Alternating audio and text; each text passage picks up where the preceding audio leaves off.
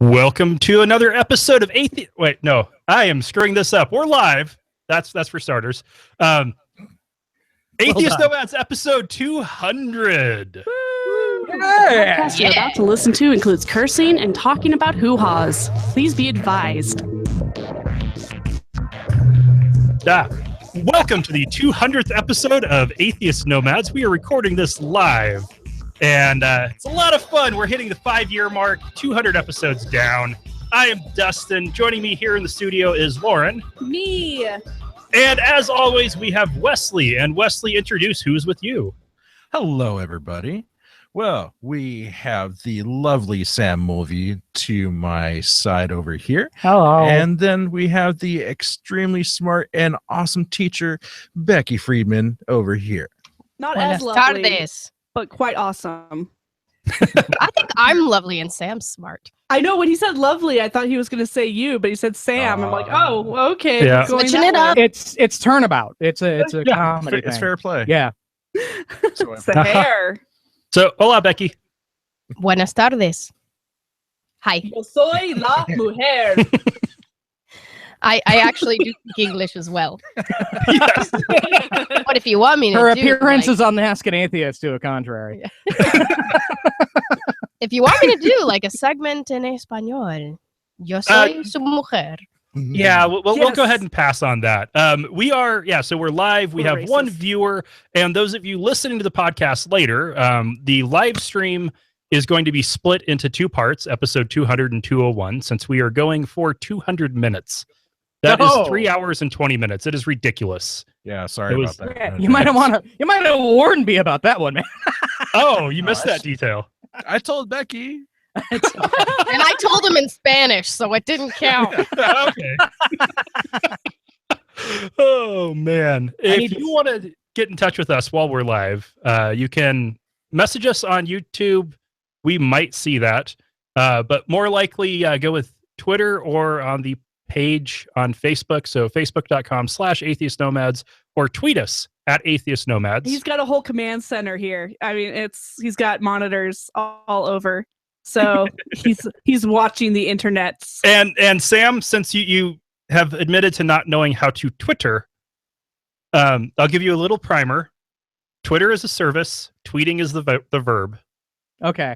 So you tweet on Twitter. Then what are twits? Those are people. Yeah, those are people. They're, well, It's a good Roald Dahl short story. I'm just keeping with, I like my usage of it because it makes me sound like an 85-year-old man. And that's the voice I usually go for on the show. Get off my So, lawn. What the? There's some The dog is concerned. microphone adjustments and Well, it concern kept falling, small. and my boobs. Wow. I'm up here. Microphone. God, and yes, the dog is concerned. all right. So one little, did you have a couple? Okay, Rocco, move. Yeah, I This guess. is why we keep our cats downstairs and locked away during podcasting. Yeah, that doesn't prevent them from screaming loud enough to get into the mic, though. Yes, That's and true. dogs bark. Oh, they bark. Yeah. So our first episode was May 23, 2012. Holy shit. We Wow. recorded it about a week before that, but that was the date that it went live. And today is May 20, 2017. Ah, fuck. Feel old. Well, It's different than- cra- It is so crazy to think about what's changed in that time period. Best years of your life, right there. I Gone. was working in management at a shitty job that I absolutely hated, and single. Wesley became single after we started the show. Yeah, that was And a then- bad situation. We both found awesome, wonderful partners. Yeah. Woo! We will not I got- talk about she who will not be mentioned. I got married. I think Got a you girl I knocked think up. you guys And met we're Carolyn pregnant. twice. I don't think I did. The blonde kind of yeah. The she who shall not be mentioned that you are now mentioning. Mm. Let's mention the Talk about her now. So to 5 years. Cheers. Cheers. wee Astrovia. salud. And yes, I should have learned my lesson with the 12-hour live stream we did for Light the Night Oh yeah. about not drinking liquor. And here I'm starting with about 2 fingers Oh of my scotch, God. There you go.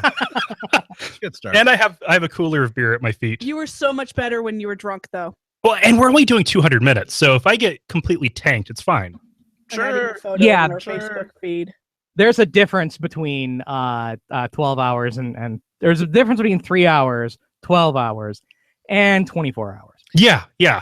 Like what happened with the 12 hours Sanity. was I got drunk, and then I sobered up. Yeah. Oh, that was bad. Too Yeah. long. And then I was just Yeah. Wasn't pretty. Wasn't pretty. No. You can see the hangover coming from right about here.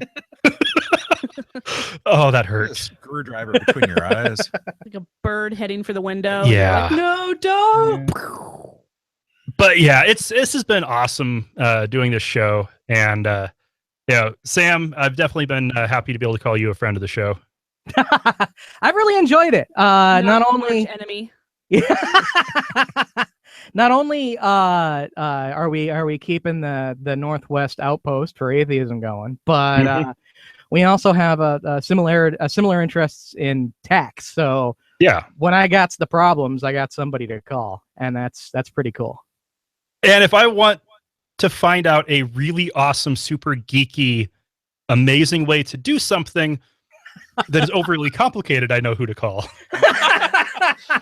Kind of like our life in this studio, right? Yeah, a little bit. I was gonna say, just look around you. Yeah. Yeah. Look What, around the bomb, you. bomb shelter? Yeah, it was cool. You called it a bomb shelter a few minutes ago, which I think. Yeah, I was Yeah. thinking, what I should do is I should make prints of like radioactive symbols and stuff, and so you could like would attach just- them to the ceiling. It would fit in with all the other propaganda in You know, the Bomb if- Shelter Studio. If I could Ah. get an acoustically transparent material that looked like tin cans or jars of urine, I could Oh just my like God. cover one wall with that material, and then it really would look like a bomb shelter. The photorealistic print on a fabric. There we Yeah. go. Yeah. I Can you? I was also thinking a wall of photos and articles of like mysterious murders, all with thread leading to Sasquatch. It would be great. Actually, I need a wall of videos about the Y2K Mm. thing, and I can pretend that I've been here for 17 years. And Oh, and with the Sasquatch one, you definitely need to tie in Ken Ham with that yeah. and Ray Comfort. Oh my God.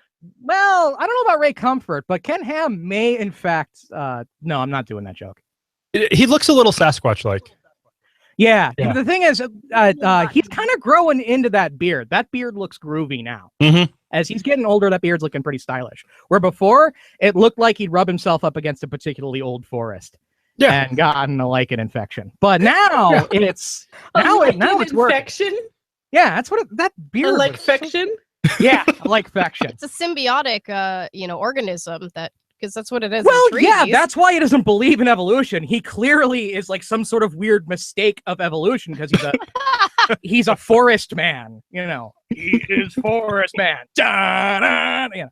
Well, it's like those horsehair threadworms that infect, like grasshoppers and cockroaches, and then zombify them and make them Yes. do their bidding. You know, it's like the forest lichens have infected, and at that point, it's not symbiotic anymore. It's pure parasitism, Yeah. Oh, yeah. which is a good description for religious nutjobs, right? Yeah. Yeah. Make them Parasites on crawl up to the diet. top of a leaf of grass, and so that bigger animals can eat them. Yeah, or the ones that zombify them and The make them little like ants. jump into water and drown Oh, them, yeah. so then they can. And then the parasites exit the body, and it's all really creepy and looks like the thing. Yes. Yeah. Yeah. I haven't heard about that. Have you ever seen any of those dudes go swimming? I mean, seriously. I think that it's Not a single if one. they took a dip in a pool, it would be, the infection would I don't know. I don't know where I'm going with this. Come I out should of have the butt. stopped when I said it was parasitism and religion is like parasites. Yep.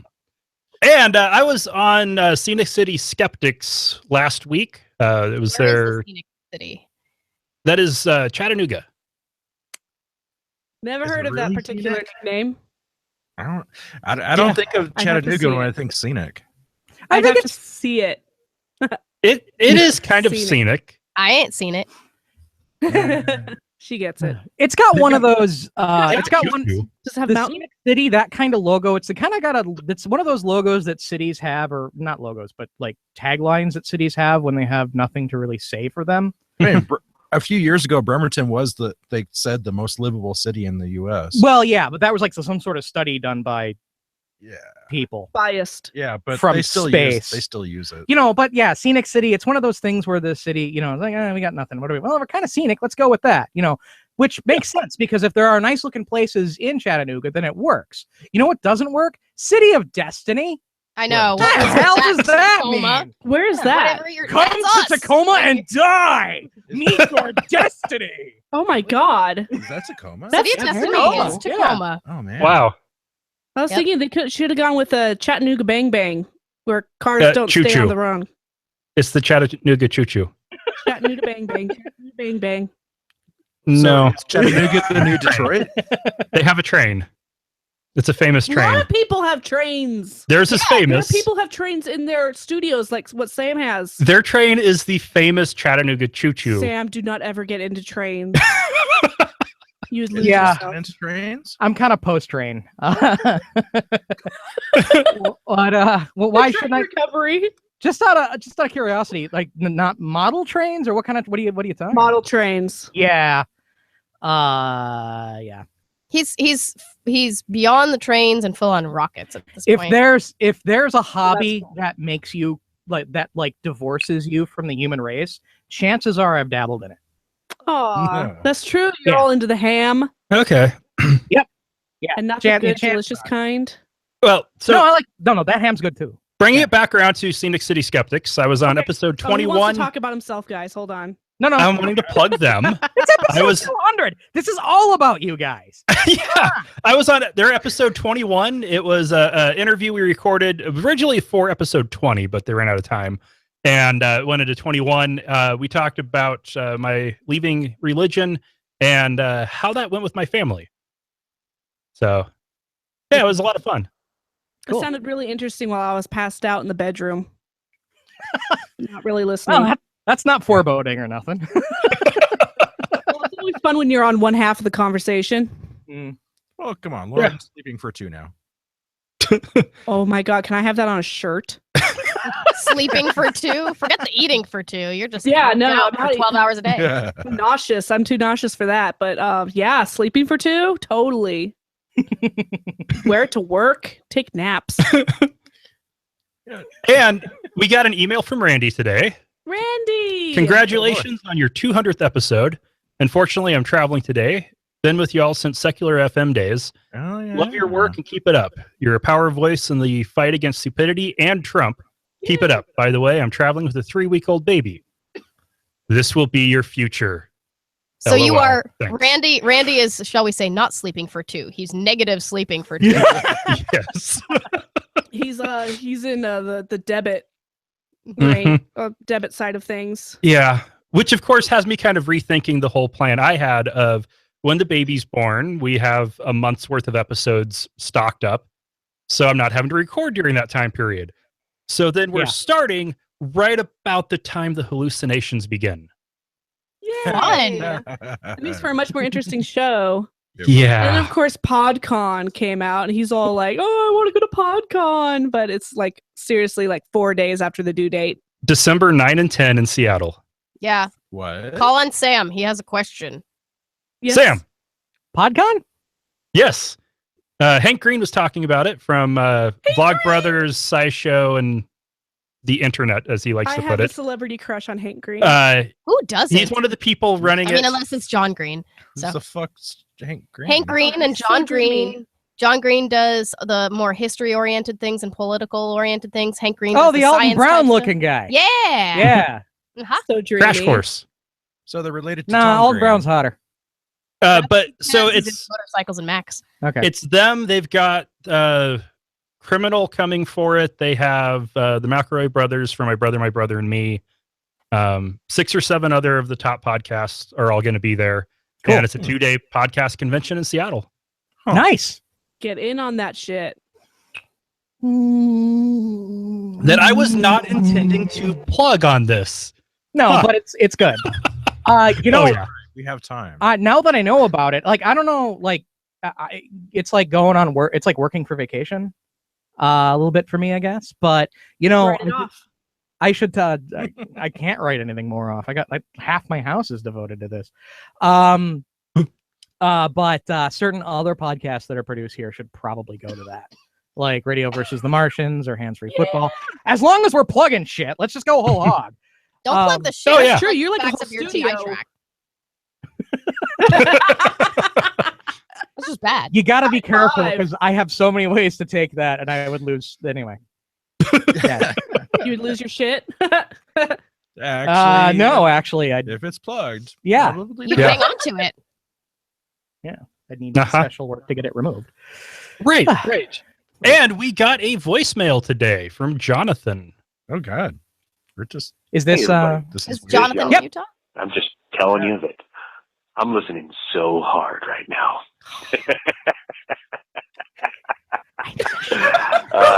Fun. Bye. Well, you turned on the dog. I agree, Rocco. Bucky Kinda found need that to alarming, slow and then down. Rocco got alarmed. I think my laugh set him off. Stop. Yeah, I need a shower now. Oh, boy. It was the Was he laugh. alarmed or intrigued? I'm guessing it was coincidental. Probably the neighbors made some noise. I think I laughed funny, and his laugh was so good. Rocco, come here. I love it when people laugh at their own jokes. I also love it when people explain their jokes. It makes Sam the was joke thinking better. Oh man, Getting you'd a love it t-shirt here. for me Yeah, that says I Jeez. explain the jokes. Like there's we've got a whole group of people who just explain jokes at each other. Yep. And it makes me want to die. It'll be called. I came up with a really good one the other day. Why does the lock doctor lose his cool at the end of the day? Why? Because he ran out of patience. Can you explain that to me, Lauren? Because patience and patience sound the same. So it's like he's impatient, and he also ran out of customers. Oh, gotta love the homophones. Yeah. I'm just gonna stay down here, guys. Sam seems to have collapsed and taken up residence on the floor. He's under this. Broken his He's hip. doing. I just feel the need to seek my own level. That's all. It's a bomb shelter. He needs to get under the desk. Yeah, that's it. He's ducking and covering from the terrible joke bombs. From the puns. Yep. Oh man. Highest form of humor right there. All right. Well, we're going to actually take our first break now, and then let's talk about a little bit of news. Oh, thank God we get breaks. Oh, there are breaks? Dude. So Lauren 30 can nap seconds. for 2. Right on. Yes. Give a thumbs 30 up. seconds, and then I'm planning on probably about 5 minutes in between the two halves. Okay. Cool. Intermittent. Atheist Nomads is proudly brought to you by Archway Hosting. Check out their low-price, full-featured hosting solutions at archwayhosting.com. At some That's point, yeah. ARCHWAY hosting.com. Hey, we're also brought to you by listeners just like you. Find out how you can become a patron at patreon.com/atheist nomads. That's patreon.com/atheist nomads. In a new Gallup poll, a record low of 24% of respondents said that the Bible is, quote, the actual word of God and is to be taken literally word for word. A record high 26% said they view the Bible as, quote, a book of fables, legends, history, and moral precepts recorded by man.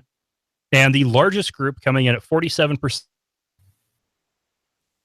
think it is this is the first time ever that more believe the Bible to be a book of fables than the literal word of God.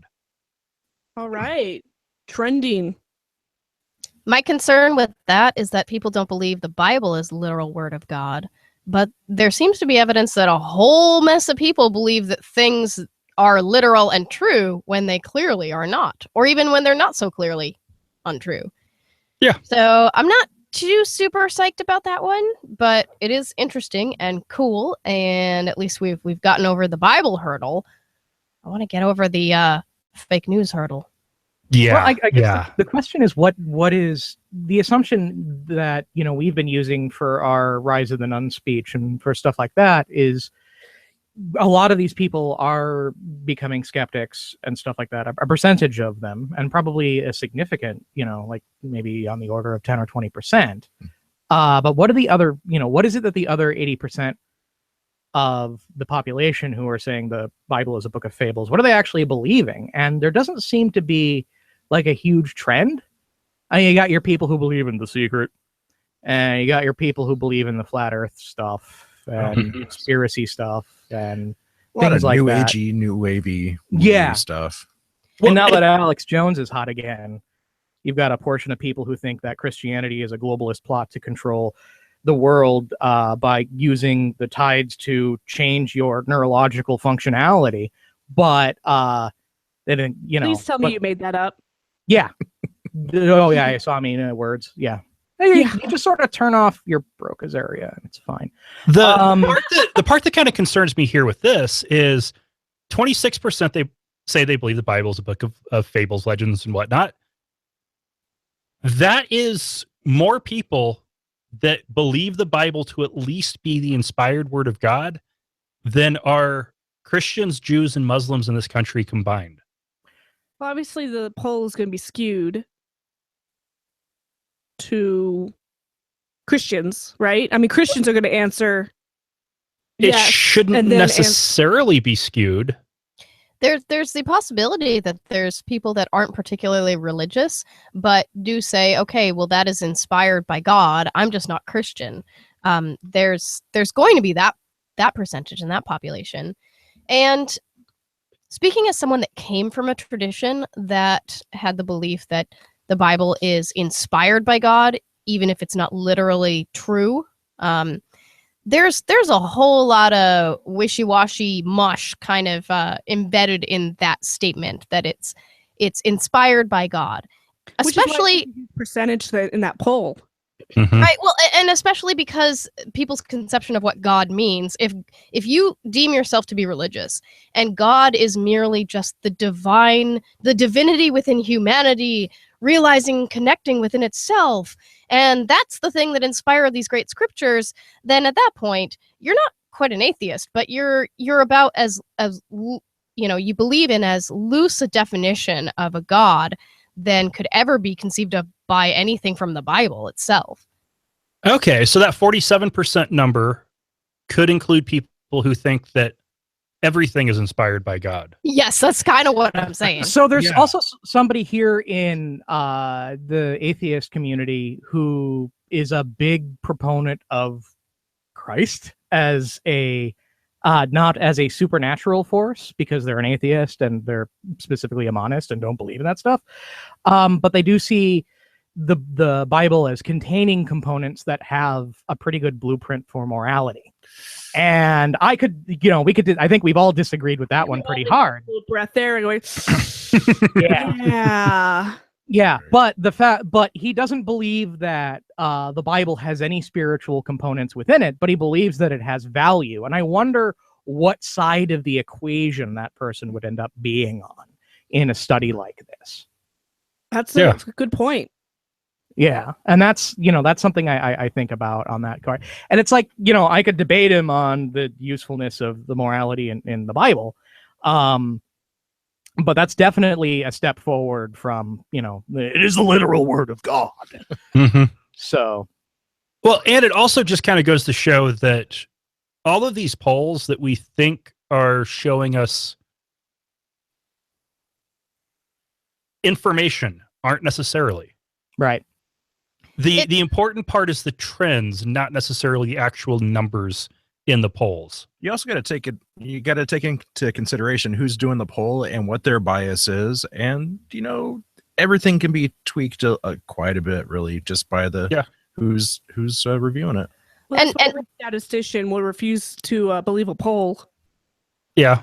It depends on your survey design, what your survey population is, whether it was self-selecting, to what degree it was based on landlines versus cell phones versus people in a mall, and what are the confounding factors. There's also the troll factor. There's that too. There's all sorts of things. As in me. So, and how many people refuse to answer? Right. And but that discerning statistician will take that into account to say, well, what is the reliability or validity of this data, and take that into account when they're sort of analyzing and releasing their numbers as well. All hail the p-value, right? Yeah, but they never actually give that to you unless you go search deep for the like actual raw numbers of the study. Right. It's always these like really nice rounded off numbers, 26%, 22%. It's like that's 26% plus or minus a factor of blah blah. So I tried looking up Monist to make sure I was using it right, and it came back with Monistat. Thanks, Google. Are you sure You're using it in the term the term of monist versus dualist, right? Right. Because there is also monist as a theological term that refers to people who believe that God is basically God is the sum of everything. Right. Well, that's so God is energy. Would that not be pantheist? Yeah, people generally tend to use pantheist for that, unless you're talking universalists. So pantheists, Unitarians. Pantheists believe that God is in everything. Yeah. Panentheists believe that God is everything. And then there's monist, if I'm remembering correctly, which kind of believe in a lower level God that is the sum of everything. So less divine as just... And every word he said is weird. A Wikipedia article of at least 15,000 words. So a monist is kind of like Mr. Wednesday from American Gods. I've not yet read or reference not found. Try again later. The American Gods series, but I'm really looking forward to entering into that realm. I think I want to read it before I start watching it.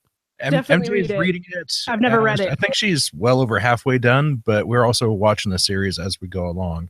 So her reading is well advanced of what the episodes are, but the show is pretty fucking good. One of my friends who knows that I'm an atheist, and she herself is sort of a loosely identified Christian, said that and she knows that I also have a thing for the Supernatural series, said that it's like, what do you call it, Becky? Hunky Ghost Hunters. Yeah. So that I have a thing for the Hunky Ghost Hunter series. And she said that the book reads like a smart supernatural with less sexism and less hunkiness. She didn't particularly like it, but she read the whole thing and she said Becky would like it. And I was like, okay, what don't you like about the book? So then I can figure out what you don't like about me. But quick little fangirl thing here. Did you hear that they're going to do a Scooby-Doo Supernatural crossover? No, I didn't, but I'm totally into that. An animated episode of Supernatural with the Scooby-Doo gang. Oh, I don't know that I want. So excited. Well, how else would you do that? The live action CG Scooby-Doo? Yeah, with what's his face as Shaggy. No, it's like the movie they did in, what was it, 2000? Well, yeah, I know when it was. It's 2002. Couple movies. I saw it in theater in London. I take a serious issue with anything with Scooby-Doo that actually involves the supernatural, because the original cartoon series was all about them showing that it's not supernatural. It is all skepticism. Yeah. And so maybe this will finally be an episode of Supernatural where nothing supernatural happens, and it is literally just a guy in a mask. The guy in the mask. It's that would be awesome. Old man Taggart, who wants to kick them out of the... I don't know. And I would have gotten away with it too if it wasn't for those meddlesome kids. So I'm just verifying that I'm taking nasal decongestant here. Okay. There's a reason that he's verifying that you're taking. Howard just gave me a steroid nasal decongestant once. Oh, fun. Oh man, it was so weird snorting steroids in the morning. It is. Sure. Crap. It was like this little 10-second rush. Nice. And then I was back to normal.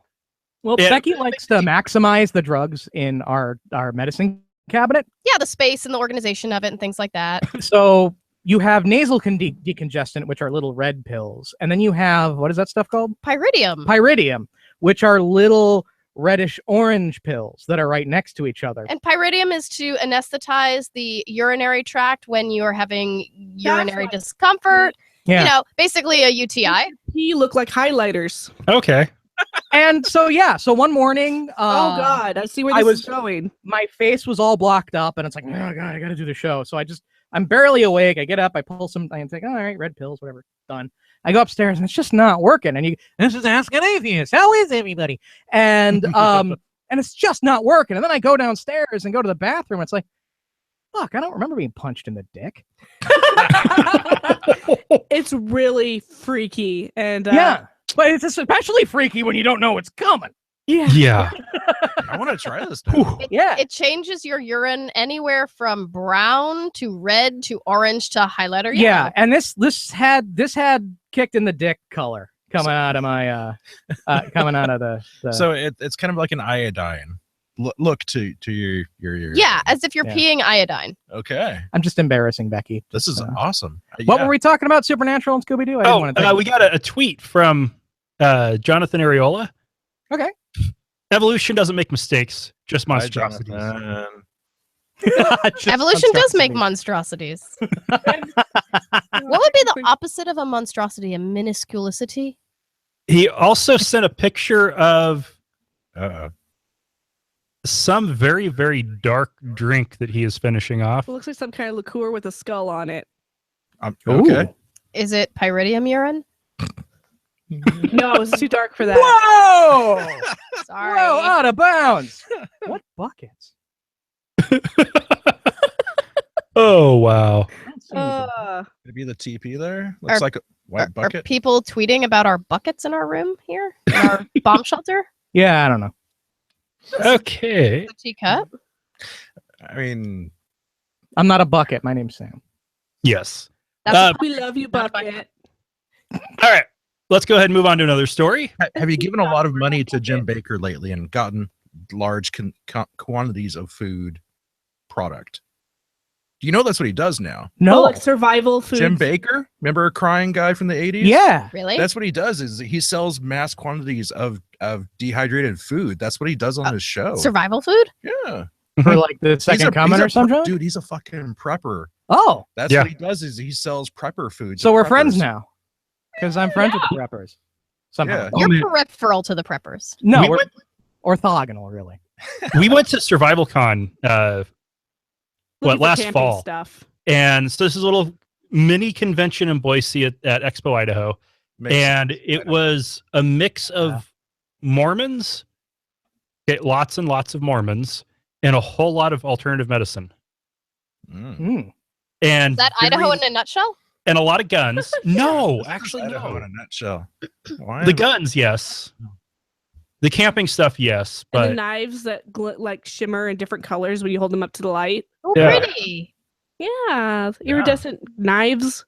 Like disco style or Damascus blade style?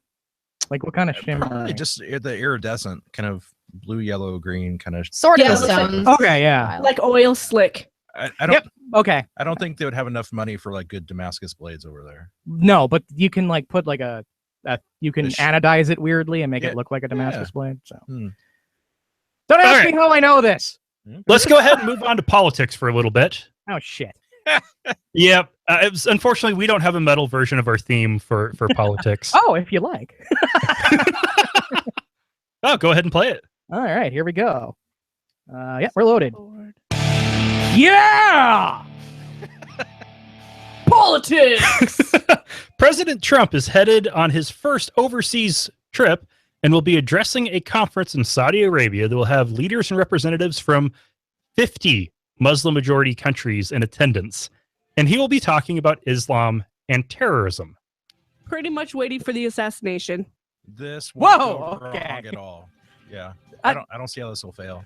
I have just been paying so much attention to the news. I have watched the more news in probably the last week than I have in the last 2 years combined. I think you had it on osmosis style as we slept Yeah. on the tablet. I just forgot to turn it off. Really, be Straight honest to the with you. vein. Yeah. Yeah. Oh, man. This is going to be so bad. I want to know how many shoes will be thrown at him. You know, because that was a big thing when Bush had the shoe thrown. Mhm. thrown at, didn't he have the you show the soles of your shoes? And Yeah. then it's even worse and more disrespectful if you throw them Yeah. at him. That's awesome. Now the question Yeah. is Melania going to cover her head? Because Trump made such a big deal about this. Oh, I About don't the- think she's going to go.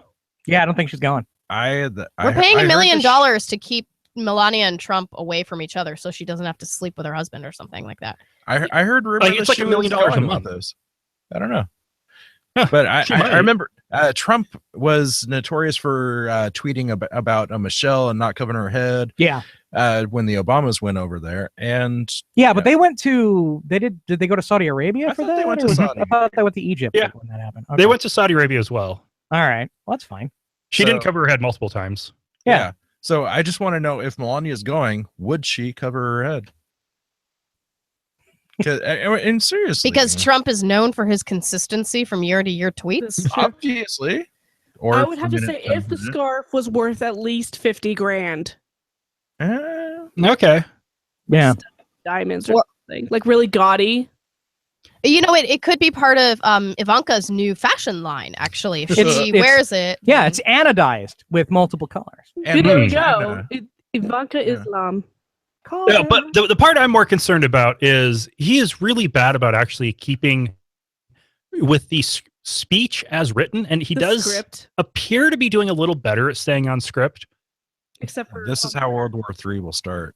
I don't know about he's with all of the things that he said while campaigning about Muslims and the travel bans he has tried twice now to institute.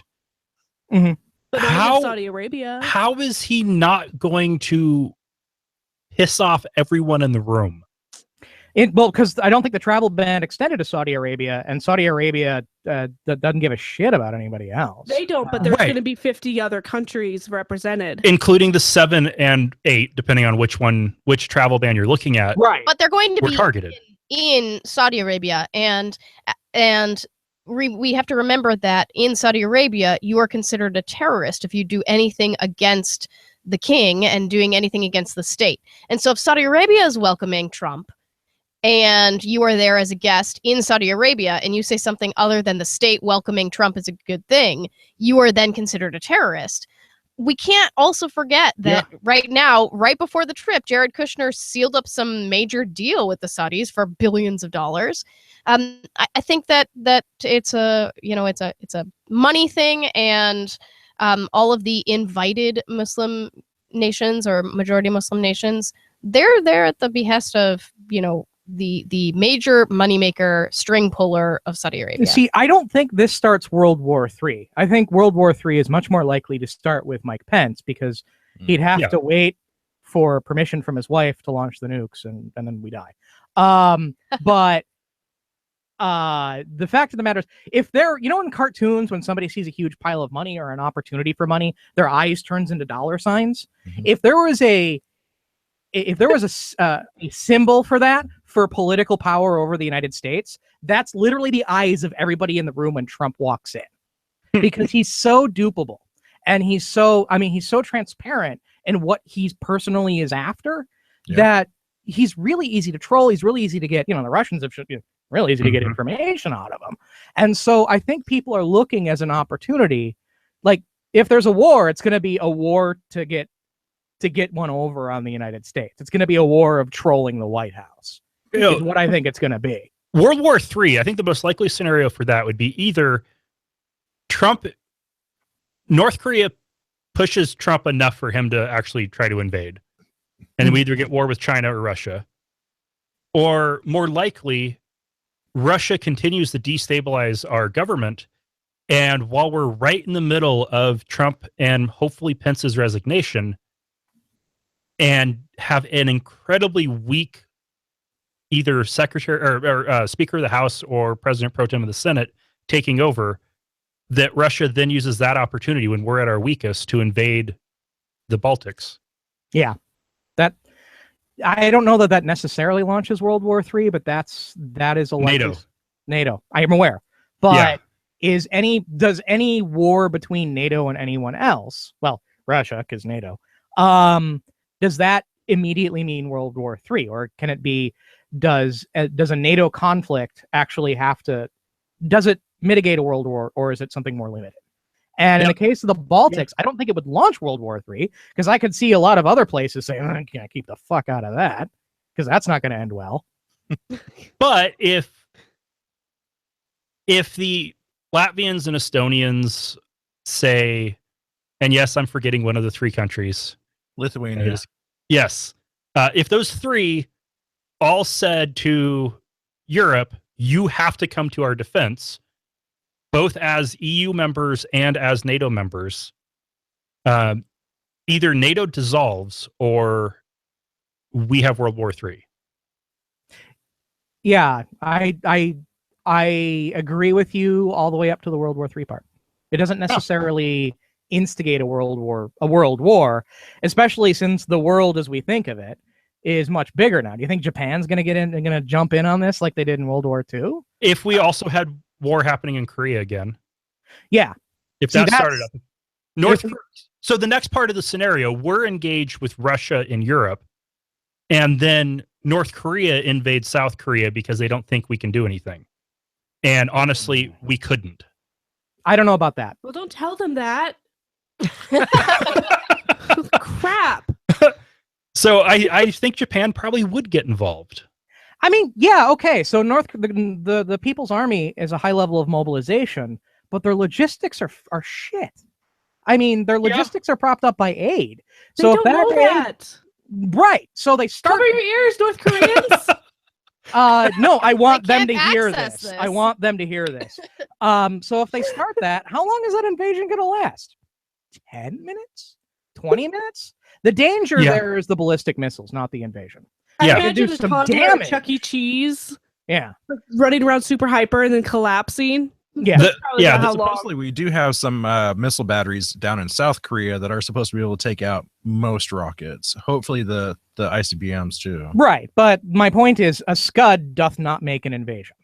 Right. And No, So, I mean, what you would see is just a general destabilization. and a And it- Scud would only be aimed south, Yeah. anyways. So it And- might be maybe a phony World War III, if I'm going to make Honestly- a reference. Honestly, I would suspect if North Korea invaded South Korea, China would stop them. That'd be nice. China doesn't want Asia to be destable because that's bad for business. Yeah. And right now, China is basically a giant corporation. Yeah, they just launched their own jetliner, just like yesterday. Mhm. Yeah. Well, I mean, the world's going to end apparently, but there's also the context under which Trump has gone on his first major policy trip. Mm-hmm. Yeah, that's what threw me was this whole we're going to talk about terrorism in Islam. Yeah. It's like, oh, I can't wait for you to tell these countries what you think constitutes Islamic terrorism. Well, but the context also is that it's in the middle of other international turmoil, right? So we do have whatever Trump deems to be Islamic terrorism, but we also have The existence of mosques, perhaps. I guess the existence of mosques is what Trump decides to be terrorism. Yeah. But at the same time, he's taking this international trip at the time that basically his entire campaign and people currently serving within his administration are people of interest and being investigated by a special prosecutor. Wait, does he for count? other international scandals? So we need a judge to say he's a flight risk. No. What we need a judge to do is to say, oh, sorry, travel ban is absolutely legit, and we need to bar people entering the country right now because they're a threat to national security until we figure out what the hell is going on, right? Oh, it just happens that, the person serving in the office of president happens to be outside the country at this time. The timeline here is amazing. So apparently Trump has Comey over for dinner and says, "Hey, come on over, Comb me over. Comey over." Mm-hmm. And he's like, "Hey, I'm fine, right? Everything's fine. Everything's fine." And Comey denied him 3 times. Yeah. And then fires his ass, and everybody's like, "Hey, that's not no." And then they get they get Robert Mueller in, as if you've been watching the news. So apparently this man is 800 feet tall and shits justice. Right. That's how the news is describing And this motherfucker he has right laser now. eyes. Yeah. Cyborg. He can see through everything. He's basically Superman. Yeah, apparently. He's FBI man. I just said highly lauded by Democrats and Republicans alike, but Right. I like your version of this. Yeah, and then now the scuttlebutt from the New York Times and the Washington Post, who have apparently the journalistic WWE tag team match to give Trump a Stone Cold Stunner, is because that's the thing that happens when you're Trump. Is that not only is it is now a criminal investigation, and the target is somebody presently in the White House. So New York Times did pick this up too, because initially it was just Washington Post, and that was the only outlet. No, that was these are reporting it. stories combined by Washington Post and New York Times. Ah, okay. Yep. That's the scuttlebutt right now, and as it happens, they seem to be pretty accurate. Yep. So, Well, Lindsey Graham corroborated that. Yeah. Well, Lindsey Graham and John McCain have been in bed together since the beginning of the... Let's just Lindsey Graham and John McCain have been in bed together? Stop. I would pay to watch that. $5.99 a minute. Here we go. No, against Trump. I mean, from day one, from until they campaign weren't onset. Until they weren't.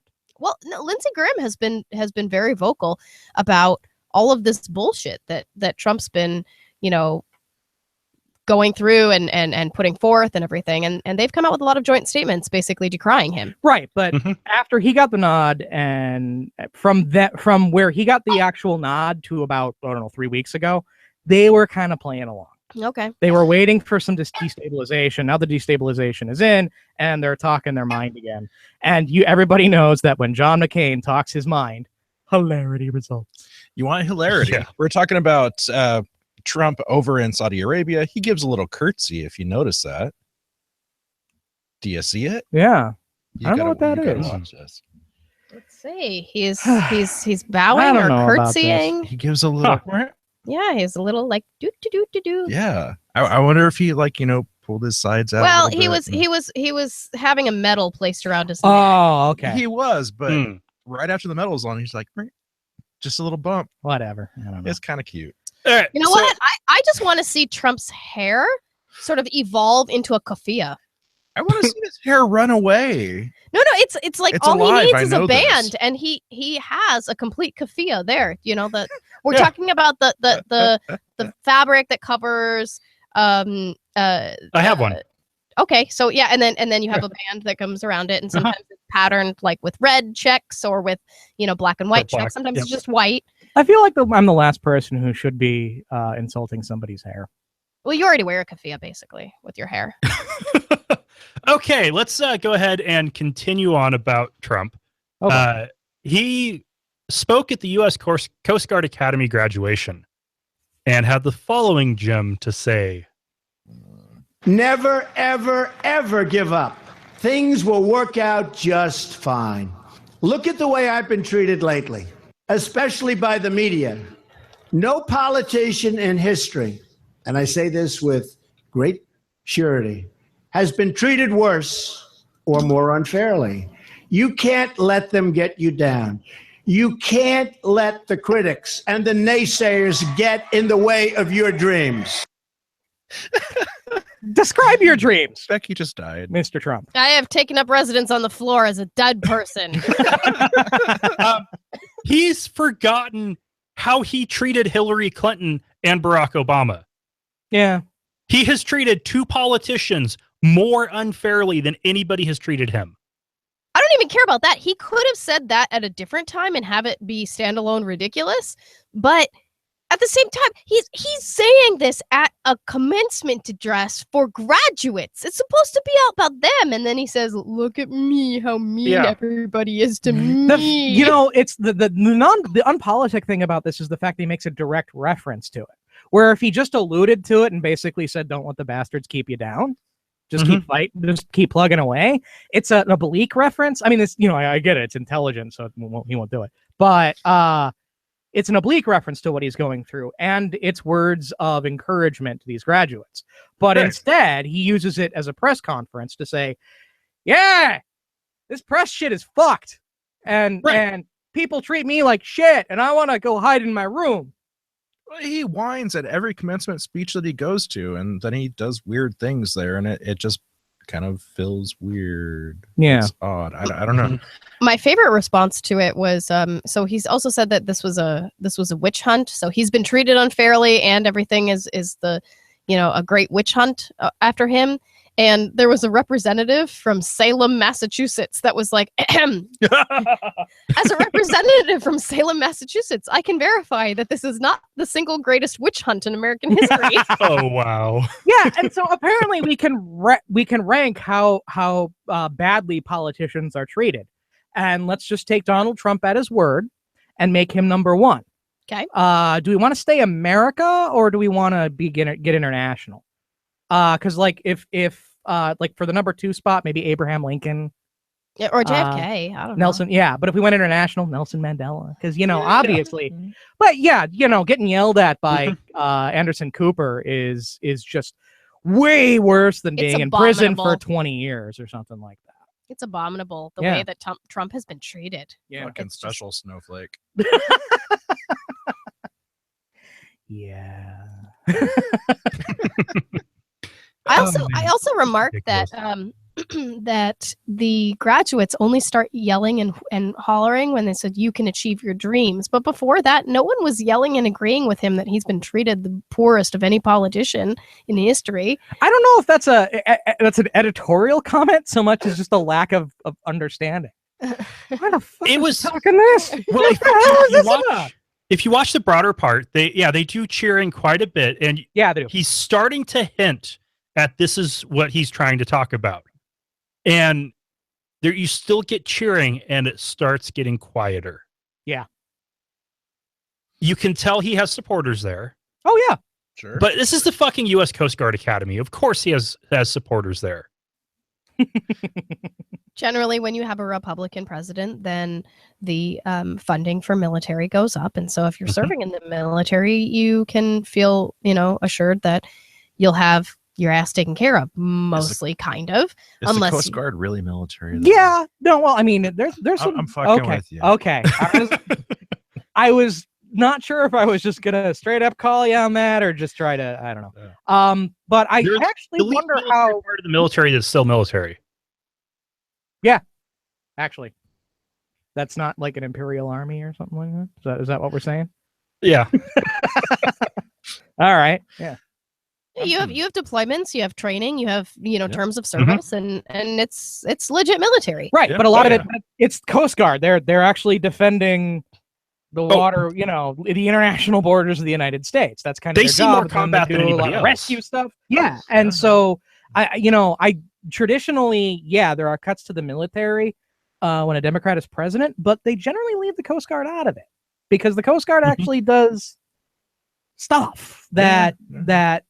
We don't let the other services do because we need them for power projection and stuff like that. Not to say that we do that with the Coast Guard as well. Well, we do that now. Yeah. Yeah. Like when we were in Cancun on our honeymoon, we were at one of the ports and there was the U.S. Coast Guard. Yeah. Protecting Mexico's ports. Yeah. This is great. Oh, looking for drugs. Well, when you see U.S. Coast Guard walking around a port in Playa del Carmen with a dog, yeah, they're looking for drugs. Mm-hmm. Or they just want to, hang out with hot girls. Spot. Yeah. We're gonna go play frisbee. It's cool. We're on leave. It's cool.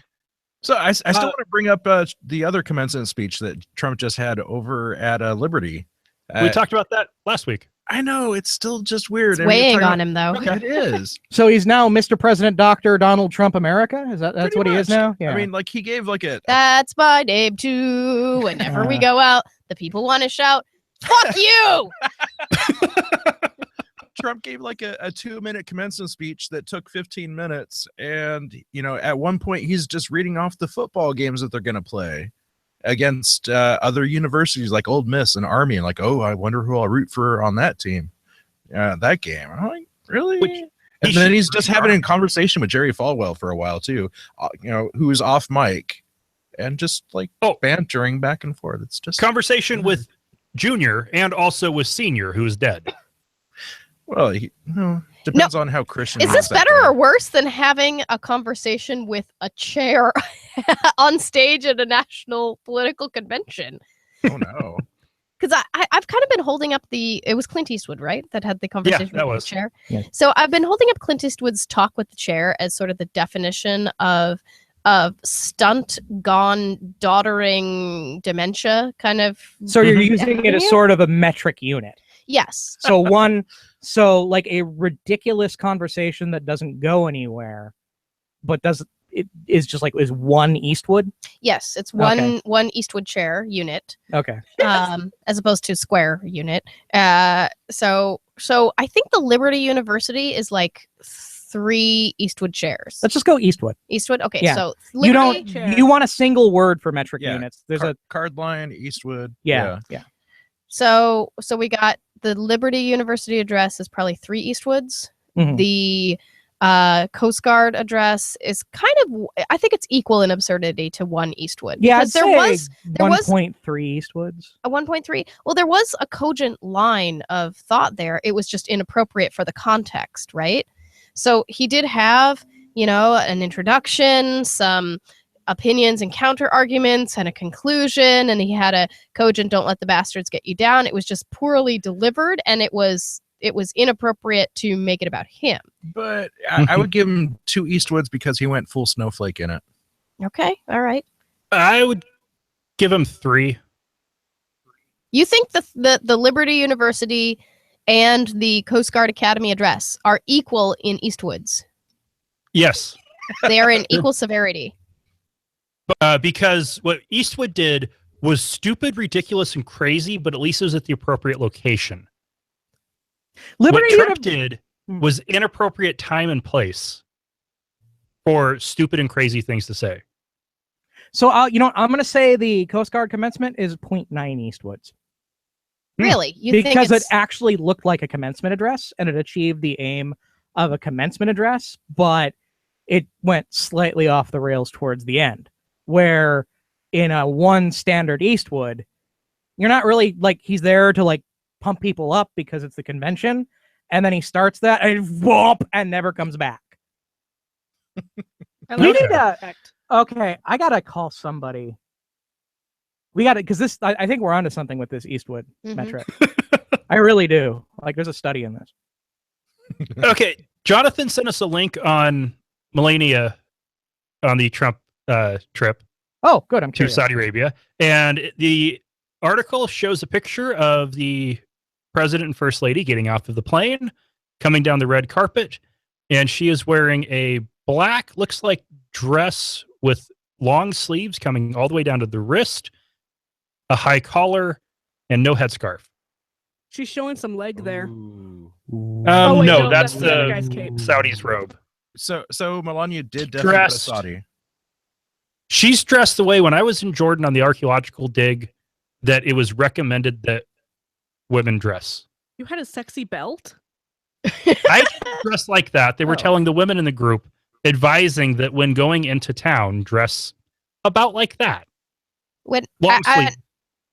I visited the mosques in Istanbul in Turkey, and I visited the holy sites in Israel. And Jews and very observant Muslims often have same levels of modesty expectations for women, and we always had long sleeves and long skirts. And it was up to us whether we wanted to, of our own volition, cover our hair or not. But it wasn't. Now, this, of course, also was Israel and Turkey, which is different from some of the other places in the Middle East, and also it was in the late 90s. Yeah. So 20 years ago, what would be acceptable or not? I will say, though, that I teach English language learners, and I have students from a number of different places all over the world, and I teach many Muslim students, and I have taught young women that have very, very strident views on what is correct for a young Muslim woman to do and to wear and how to present herself. And we've had classroom discussions and said, okay, well, in Yemen, would it be appropriate for a woman to be jailed or killed because they did not cover their hair? And her opinion is yes, it is, if they are Muslim. And I said, well, if I went there, because you know that I'm not Muslim, if I went there and I did not cover my hair, and she said, no, because you're not Muslim, so it's not your rule. So even amongst very strident individuals who have strictures for their own culture and their own standards for behavior for women or for men or whatever. There's to some degree, there's this room for people that aren't from your particular culture to not have to abide by that same rule. Mhm. And I'm wondering whether that's the auspices under which Michelle Obama was operating, under which Melania Trump is operating. You can show, acknowledgement for the culture and circumstance that you're in by, wearing long sleeves, past the elbows or long skirts and things like that. But not to cover your hair, because people recognize that you're not part of that culture. Well and good, but I mean, I think the key context here is that we have a president who, it's the hypocrisy of it all. It is. It is.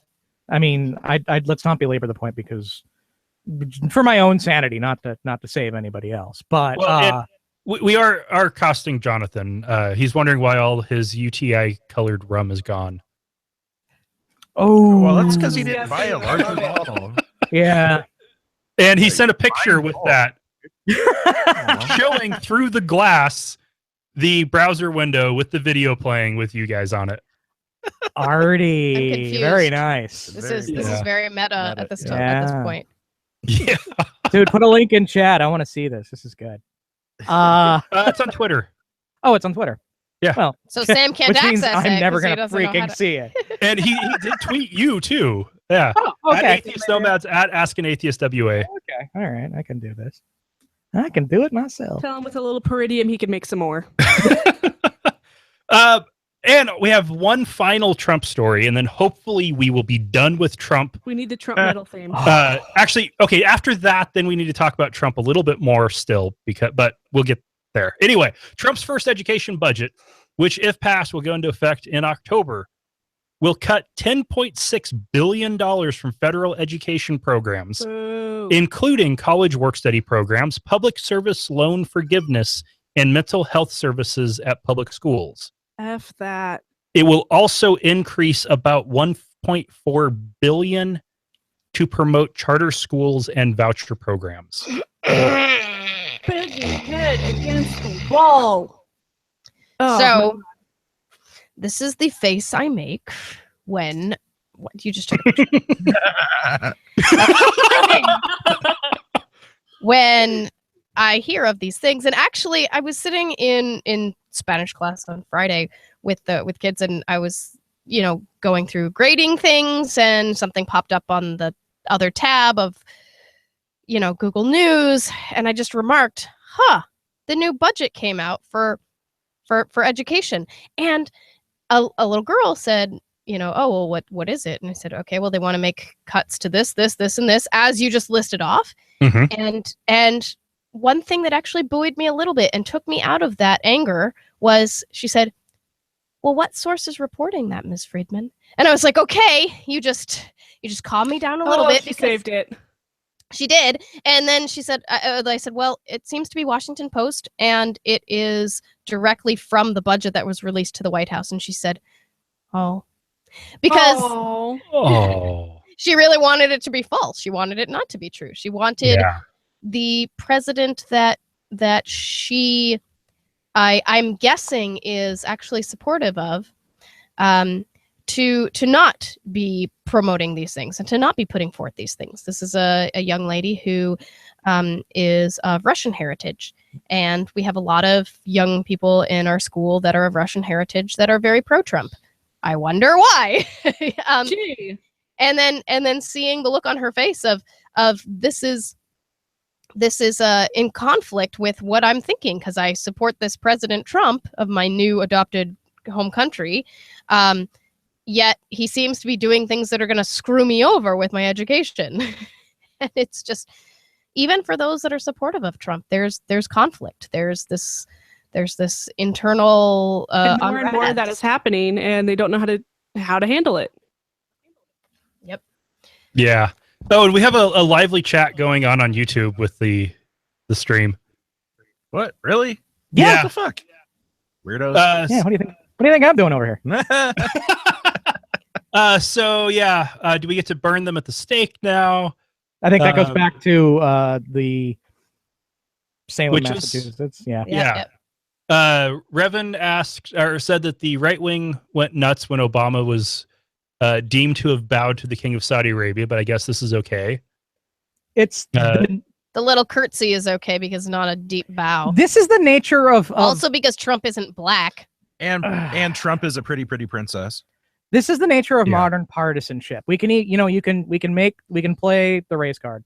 We can do all that stuff. But the fact of the matter is, let's look at the Democrats and how they treated Comey, where when he, at the very end of the election cycle, where he's like, I'm reopening the email Hillary's, investigation, yeah. Yep. and suddenly he was worse than Hitler. And now, less than 6 months later, he is a god among men for actually investigating Trump and his connections to Russia and getting fired for it. And so my position on this, now that I'm looking at it, and a lot of people are saying, well, I still hate him because of the election, but it's good. But this is exactly the phase. If somebody didn't give a fuck about politics and just wanted to do his job, this is kind of precisely what it would look like. Well, I've read articles that talk about what Comey's history on all of this, and that they were investigating Trump's Russian connections back then too. Right. But they were trying to keep him private because they were, the people in certain places didn't want to get hurt, whatever like that. Well, that, and they weren't I mean, they felt it was as solid of a thing as Hillary's email server. That's not entirely true, because the existence of Hillary's server was a known thing. The connections to Trump weren't quite as known.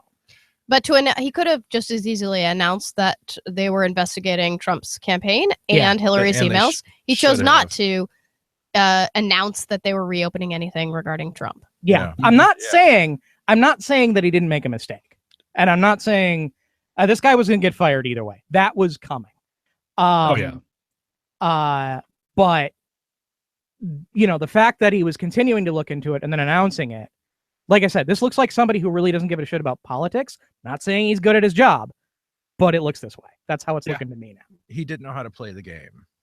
Well, I think he was trying not to play the game. And under the Obama administration, he's now on the record of saying he stayed the hell away from Comey because he recognized Comey's independence, and Comey liked it that way. Yeah. And now, and then the election cycle, suddenly he's front and center because he was already investigating stuff about Clinton, and then he started investigating stuff about Trump, and now he's in the middle of this political game. That's a little bit beyond. But he put himself in there too. He's the head of the FBI. He did this to himself. No, well, I mean, in the context of this this conversation, I'm not used to being, Sam. I'm not being used to being this visual. But he did this to himself, really. No, he totally did. So it's his own damn fault, because after he announced Hillary's server the first time, he should have fucking dropped it. Yeah. And never spoken about it again, unless there was actual charges or whatever, actual something to really bring up. Well, there was a there though. I mean, but it was an honest mistake, and he was willing to put it that way, which is why he closed it pretty much immediately after the election. Can I talk about education for a minute, because it was the education budget? Totally. Yes. About education. Charter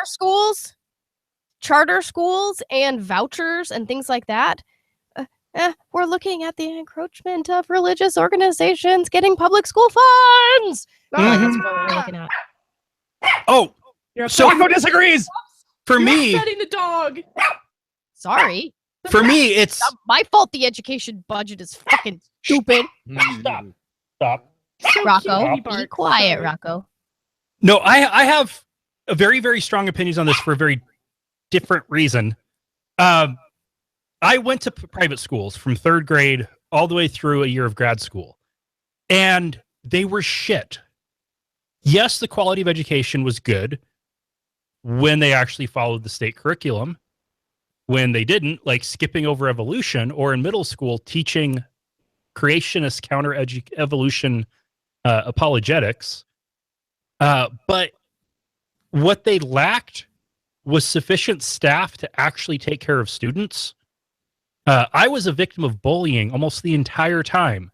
And the staff at the school had no idea how to handle it. Most of them were fresh out of college and just waiting to get a better job somewhere else. Yeah, you'll get that with public schools as well.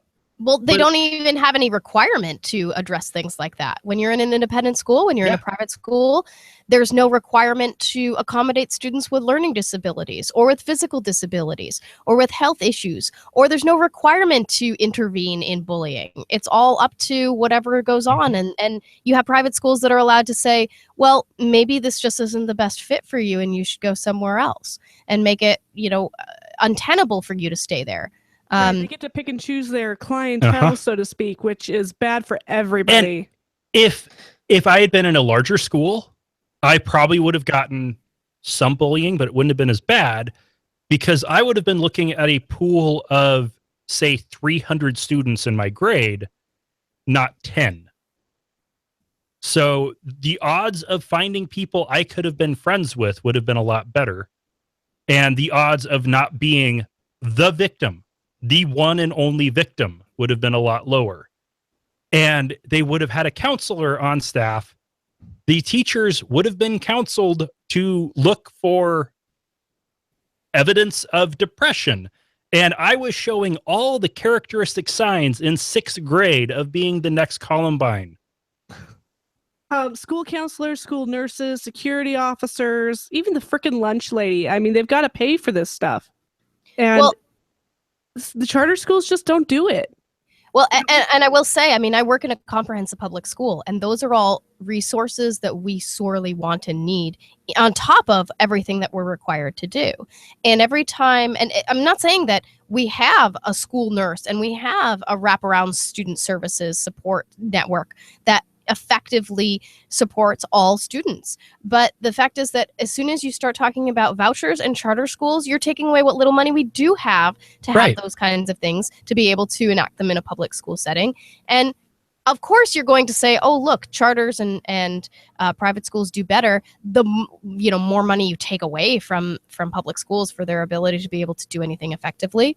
And then you're left with your self-fulfilling prophecy that the only way to ensure quality education is to have innovation that isn't under the strictures of too much regulation. Well, baloney. If that bullshit, I'm on your show. Bullshit. Yes. No, that's bullshit, because if you actually gave adequate funding to do that, you wouldn't have to say we need innovation that isn't, under the strictures of regulation. The regulation's there for a reason, and it's to help students and to help be efficacious in educating everyone. Because we've been through this already at some point where people suffered in some way. So where the regulations were put in place as a way to prevent that from happening again. And here we're like, it's like the vaccine thing, where we've had a generation grow up thinking that that's how it's always been, and that we don't need it anymore. And that's just not the case. Right. Well, and one way of looking at it is with, oh shit, I have completely blanked on what I was going to say. There's only one way of looking at it. I made a really great pun. It had to do with private schools. But one of the problems with them is, they do get better test scores, which makes them look better. Some of them do.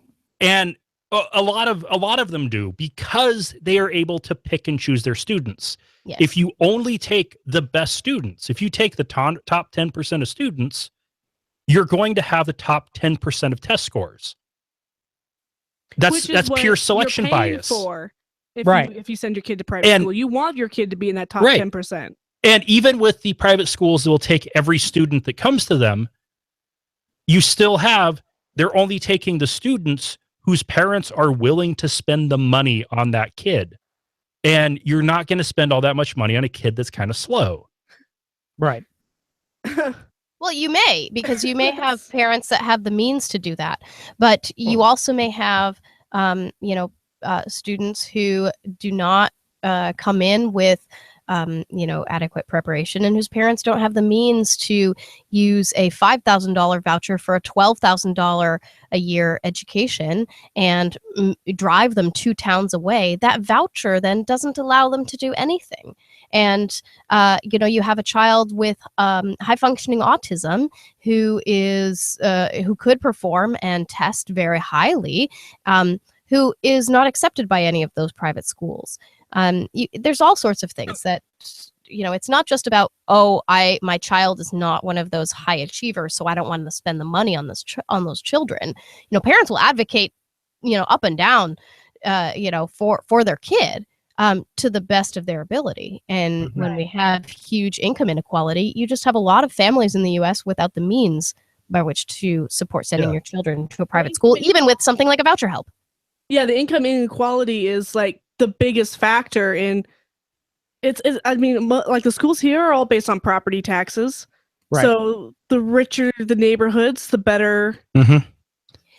Washington is no different. Interestingly enough, actually, many advocates in Washington right now would prefer a system of funding schools much more similar to Idaho, because right now we don't have the capacity to do that, because it's all local levies. And Idaho, with its income tax structure, actually does have a more equitable way of funding public schools than Washington State. For some districts, not all of Idaho is actually under the Idaho Department of Education. Yep. Boise is an independent school district that is truly independent and responsible to no one. Well, the way that the budget is done in Idaho is something that is deemed to be more equitable than the way Washington State is currently done, because we don't have a budget right now based on education. We can't adequately figure out what our state budget is going to be when all of these federal cuts are coming down the line. And that goes down to the very local level, where right now we probably won't have a contract for my district until August, and possibly even September. We may begin work in September not knowing what our actual contract and payment is. Oh, wow. Isn't that what causes strikes? Yes. You'd think, but in the meantime, you have folks making. Well, with McCleary, we're kind of approaching the concept of a statewide strike. We are because the state budget has to comply with a state Supreme Court mandate saying you need to amply fund education. That's the whole reason our state was incorporated into the union as a state and no longer a territory. Can I invite the entire world into a continuing argument that I've been having with Becky? Can I bring you in? Let's bring this in. Just bring it on. Yeah, let's do it. Yeah, let's get intensely personal here. Actually, it's not that personal. I have been trying to convince Becky that an education-focused podcast is something that she might want to consider doing at some point in the future. Because she's got, I don't know, Becky started hosting Ask an Atheist this year, and she's doing a great job. And I don't mean great job in the way that Trump means great job, but great job. The best. Yeah, no, she's doing a fantastic job. Tremendous job. Yeah. And I don't want Let her him not talk, to be, people. I don't want her not to be an Ask an Atheist, but I think maybe a monthly or bi-monthly or something podcast about education specifically in Washington State, maybe not, would be something Becky could do. Yeah. So those of you who are fans of Becky, and there are more of you than I know. Hands. Yeah. Maybe put that idea in her head. Now, heck, we've talked about doing a parenting podcast, and don't put too much on your plate. Don't do it. That's why we've talked about doing a parenting podcast, and one of the things that's definitely come in my mind is Becky would need to be an integral part of that. I'm not a parent. I mean, my kids asked me whether I have kids, and I said, yes, I have 180 of them, but only until 2 p.m. and only 180 days a year. And then we go to Doyle's and drink a lot. The concept I had would be there would be parents talking about parenting, and then there would be parents asking experts questions. Experts like educators and pediatricians and counselors and actual experts. You mean like using information to inform your actions regarding another human being? And it would be that's a novel concept. the novel thing about it as a podcast is it would be one where the hosts are not trying to be the experts that can ask questions. The hosts are the ignorant people who are asking questions of the experts. In the early days of Ask an Atheist, actually, I may have talked about this, but originally, the show that Ask an Atheist now has evolved from what Mike and Casey and Jeremy were doing with Ask an Atheist on TV into a podcast project I conceived of in 2006 called Part of the Problem, which is specifically that, which was I was going on saying, I'm not an expert on anything, so I'm going to interview people and I'm going to treat the listeners like experts and say, hey guys, how do I deal with this? Where's the research there?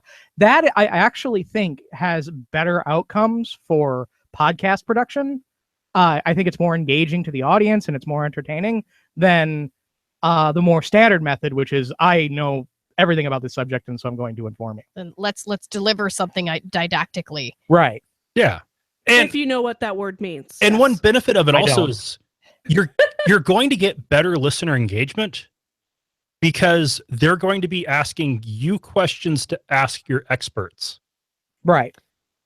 So I love the idea of Becky and having a podcast. Becky, you're awesome, and I want her to be on the show more, definitely.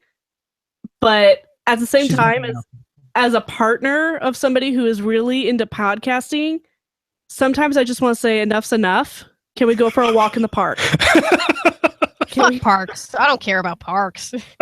I want to. There's more to life than podcasting. There's blogging. There's video. They're in Washington where it's raining most of the year. Yeah. I just have to say that I just got an email to my personal account from somebody says he's in Nigeria asking for me to send him a large King James version of the Bible. Wait, really? It is too expensive here and I cannot afford it. Please help me. Yeah. That's bizarre. It's a terrible. May God bless you and your family. Hope to hear from you soon. Blessings in Jesus' name. Really the wrong person, because there's many people that would gladly send a King. Forward it to John Jacob Klingenschmidt. So how much money is he asking you to send him for him to be able to send this to you? He is not asking. He has a Amazon link to one that he wants. So I'm guessing it would just get mailed directly to him. I'm still thinking this is some new twist on the Nigerian prince scam. Yeah. But it's an interesting twist. It's definitely a new twist. I can't afford a Bible. Aren't Bibles given and distributed for free everywhere? Aren't they dropped from the skies there? Sometimes, but also if you have a particular want for them. Like I remember one conversation I overheard at I would need for edition for pastors in my church, making it 5 copies we need. Oregon Conference camp meeting. I was working at a church in Oregon. It was when I was in college, and I was working in the youth tent. And I was in some room with all the pastors, hearing them talk. And there were 2 of them debating what's the best Bible to get to preach with. Because they both preferred the English Standard Version. But one of them really, really liked the Oxford binding and was almost willing and probably going to get a King James just for that particular leather. Okay. I was raised with King James, but apparently the NIV is what most people like. Yeah, NIV seems to be the modern standard. Yeah. Which is weird that somebody would specifically ask for a King James. Yeah. I like the It's Nigeria. I like the 1990s Teenager's Bible. No.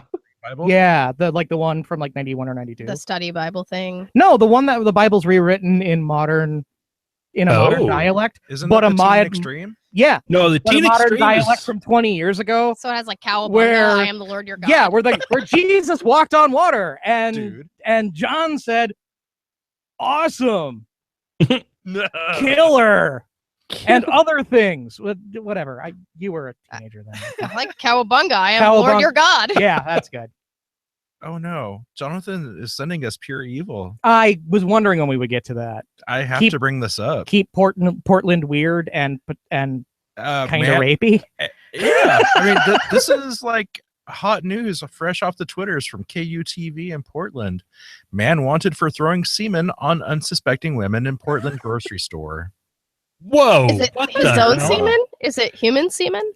It hasn't been tested Because if yet. it was tree semen, then that's just like shaking flowers. Becky, on I'm people. pretty sure it was human semen. Okay. I'm pretty sure they would That's a have fairly specified inside joke. if it was pollen. I'm gonna assume it's gonna take a while to collect that I'm- much from humans. So I'm maybe actually it's in- wool or Deployment method is my question. So how does he do it?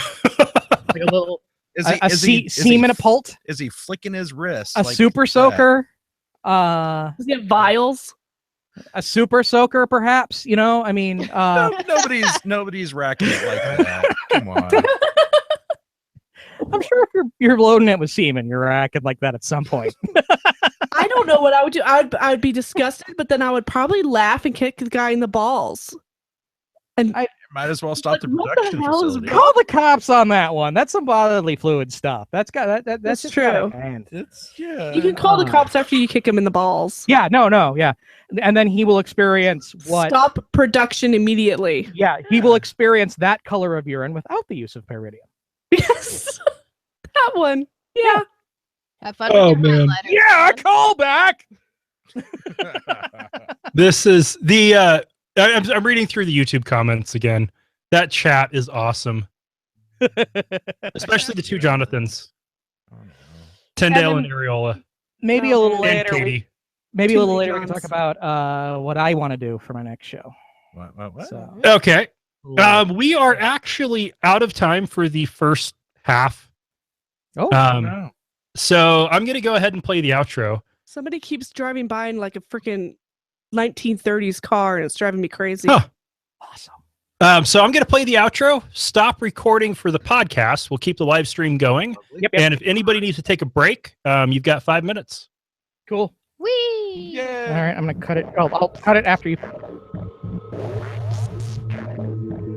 Thank you for listening to another episode of Atheist Nomads. You can find show notes and contact information at atheistnomads.com.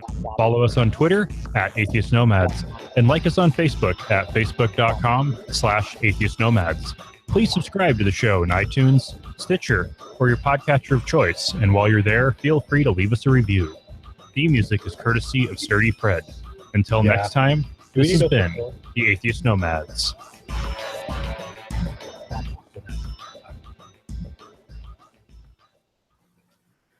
All right. Okay. I'm going to stop recording this one. Sam? What? Tea? No food. Okay. Because I am hopped up on many fine drugs. See what I can do. Okay. And now I'm going to prep for recording the next one. Gosh, shame we didn't record that. That would have been hilarious. That would be a great. You got a new message. I am hopped up on many fine drugs. Yes. There we go. Okay, I did it. Are you gonna want these flax when I'm done? Because I've got Oh, yeah. the master mix and the tracked out and all that. Yeah. Yeah, definitely. I'm gonna open the door. I can't. Okay. Back door would be preferable. So we got the air conditioner Oh, it's here fine, too. going now. Yeah. It's pointed away from the microphone, so it probably isn't raising the noise floor too much. I don't hear it. Oh, great. Then we'll just leave it on. 'Cause, fuck, it's warm in here. But yeah, live chat people on YouTube, you guys are awesome. Hey, This party is people. definitely- This is the most engaged live stream we've had. So I want to talk to you about this at some point, but I'm actually wanting to do video in the studio on a regular basis, which is why I've been playing with OBS a lot. Mhm. This is a conversation for another time. I gotta go over there. You gotta come over here, and we'll actually, I think it's my turn to go over there. Oh, we invited you to come out 4th of July. Yeah, Family cabin in Yellowstone. We usually have a thing going on, but I'll have to check with Becky. I'll have to, And I'm hoping to go to the Aints game this year because I've never been. Nice. But I don't really know anybody in Minnesota. I think I don't know. And we actually have improved Crash Space right now because we've moved the studio out into the living room to make room to convert what was the studio into the nursery. Yes. And so we have a currently really basically unoccupied room. Cool. Yeah. But as a warning, it's about to get really frickin' hot here. I'm aware. Yeah. Yeah. We are about a month away from 100-degree weather starting.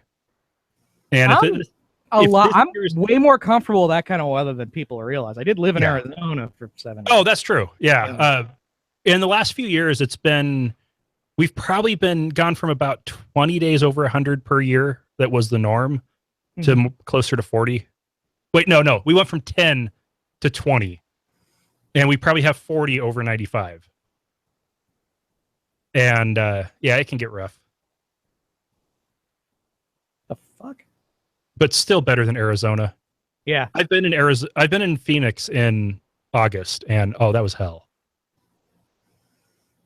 Well, that's why the religion with the most adherents in Arizona is air conditioning. Yeah. And every outdoor area is both shaded and has misters. Since what's better to do when you're in the desert than pump water and disperse it into the air? Mm-hmm. Works great in low humidity environments, but then the monsoon season comes and fuck you, it's just gonna suck. Oh, I've also been there in June, and I'd missed the monsoons by a week. Oh, well, you're lucky. It was still a little muggy.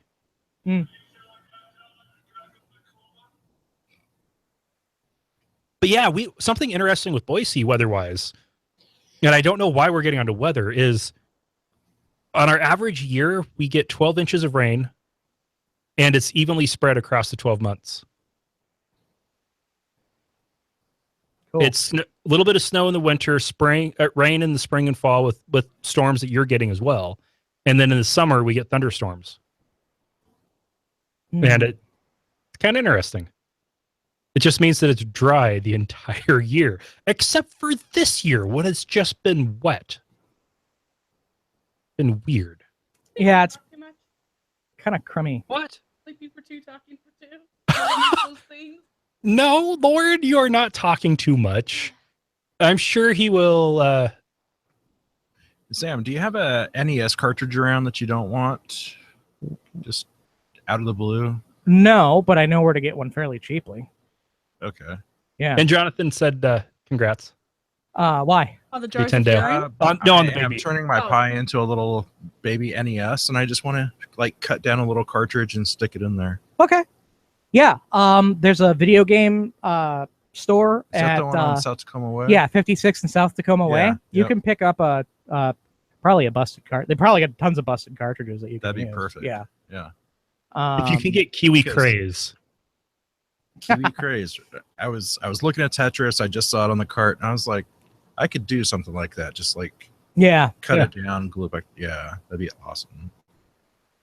One of my favorite games that I had for the NES was Kiwi Craze. I got it used at the movie rental place, and it was weird, strange, and you were playing with these little kiwis as you were navigating across New Zealand. Sure. Aw, Right on. Yeah, it was kind of cool. flightless birds. And New Zealand getting actually a game that was cool. Yeah. Yeah, and it's looking like that might have actually been Jonathan Tyndale, not Areola, that sent us the voicemail. Oh, okay. Yeah, that was definitely Tyndale. Yeah, he's our biggest supporter. Oh, very cool. Aw. That's why his name is so familiar. Yes, we He love was him. on our show too. I did an episode with him. Oh no, Jonathan's not. No, he's not our biggest supporter. Sorry, wrong one. But that Tyndale is Travis. Travis McGee is our biggest financial Shout contributor. out to Travis. What about Randy? fucking A. Randy, his wife Randy's is in there. Adventist, and wow. she won't let him give money to any kind of atheist causes or shows. Understandable. So he rounds up coins from like his car when he cleans out his car, cashes them in, and then sends us actual cash. Because he Does can't she send us give a money? check. Does she give money to her religion when she goes to? I mean, that's a out of a weird divorce. one. Yeah, I Yeah. don't. Man, That's, Do but Adventists that's have really like sweet a that he plate was they going pass through that around? effort. that's true. That is absolutely true. That's cute. Adventists do pass around the plate. Okay. But yeah, they also do tithe envelopes. I could just see him like holding Do her they hand. do He's like, like, do they do like tithes also like the Mormons do? Adventists, you're supposed to do 10%. And there is active debate as to whether it is 10% before or after taxes. Of course. Actually, speaking of many fine, I'll be right back. And there was a time, and I never actually saw it personally, but heard stories about it, when if you weren't paying your fair share of tithe, as estimated by the church treasurer, the pastor would pay you a visit and ask you why you aren't paying your full tithe. Wow. Because God won't bless you if you don't give him your money. Excuse me, his money. Yeah. God wants 10%. Mm-hmm. Damn right. Is religion a pyramid scheme?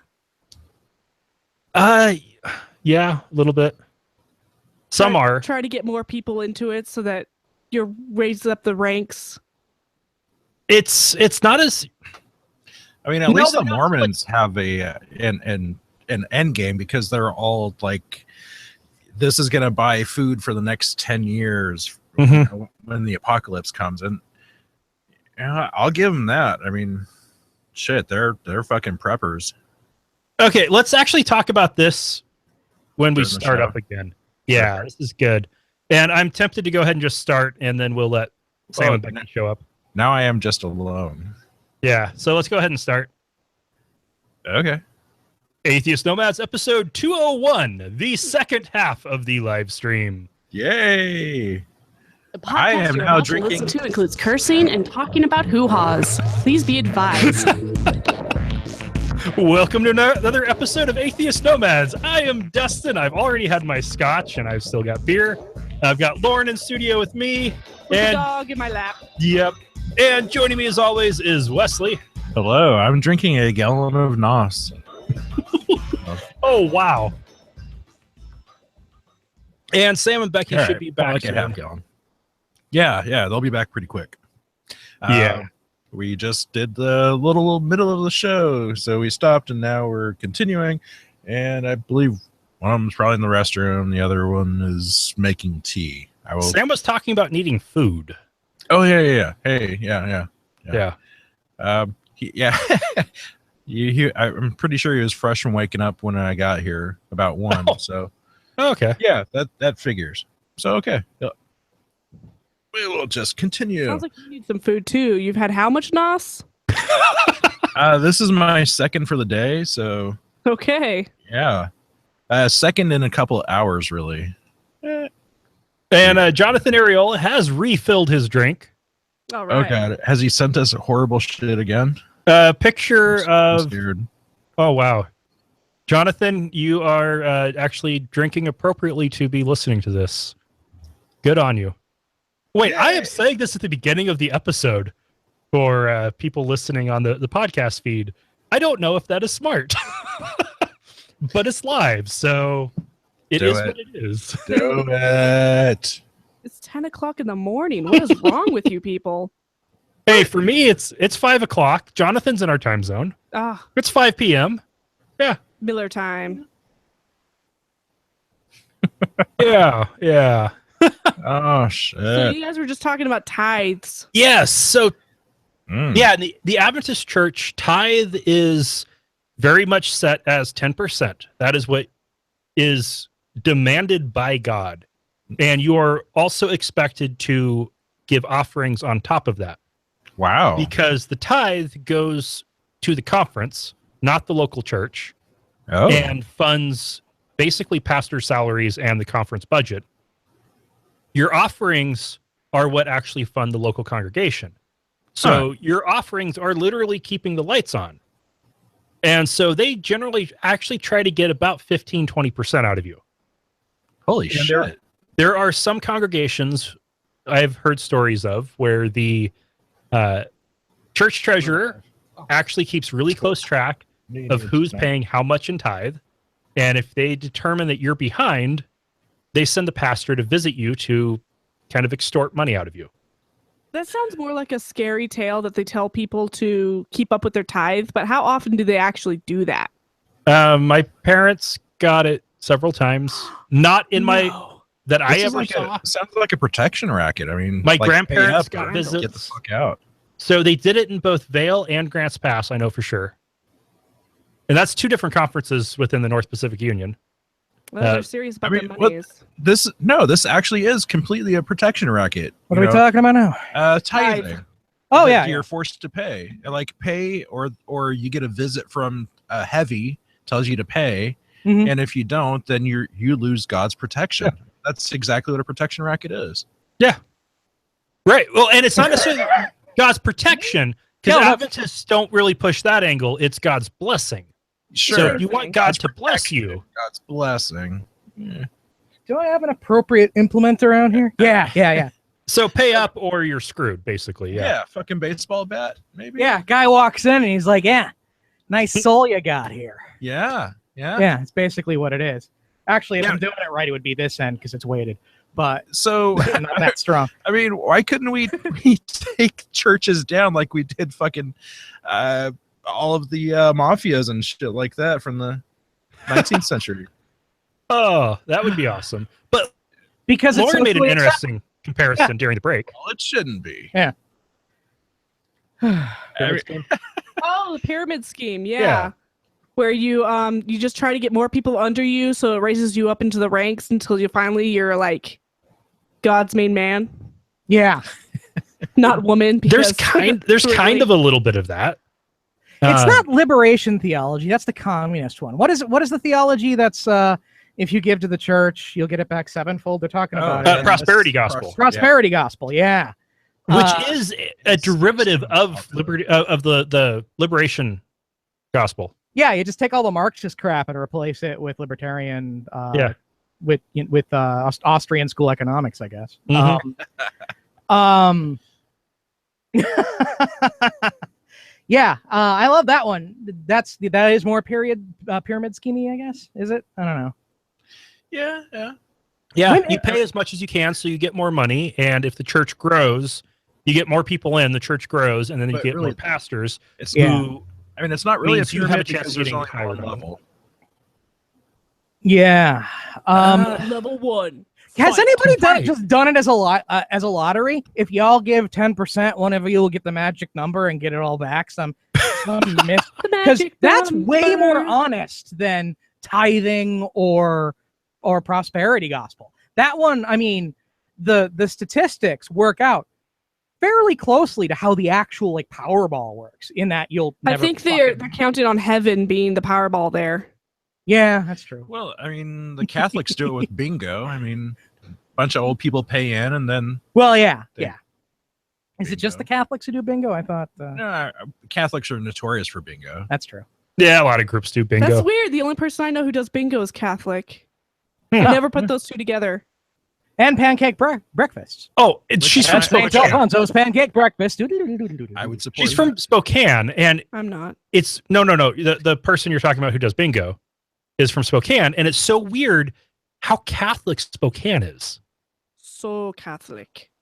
Really? Spokane, I mean, there's a Washington. very Mexican influence over there in Spokane. I would Oh. assume that's very Catholic. This is like white. No, we're talking the Jesuit influence with Gonzaga and Providence, and like I think Providence started Catholics. with the hospitals there in Spokane.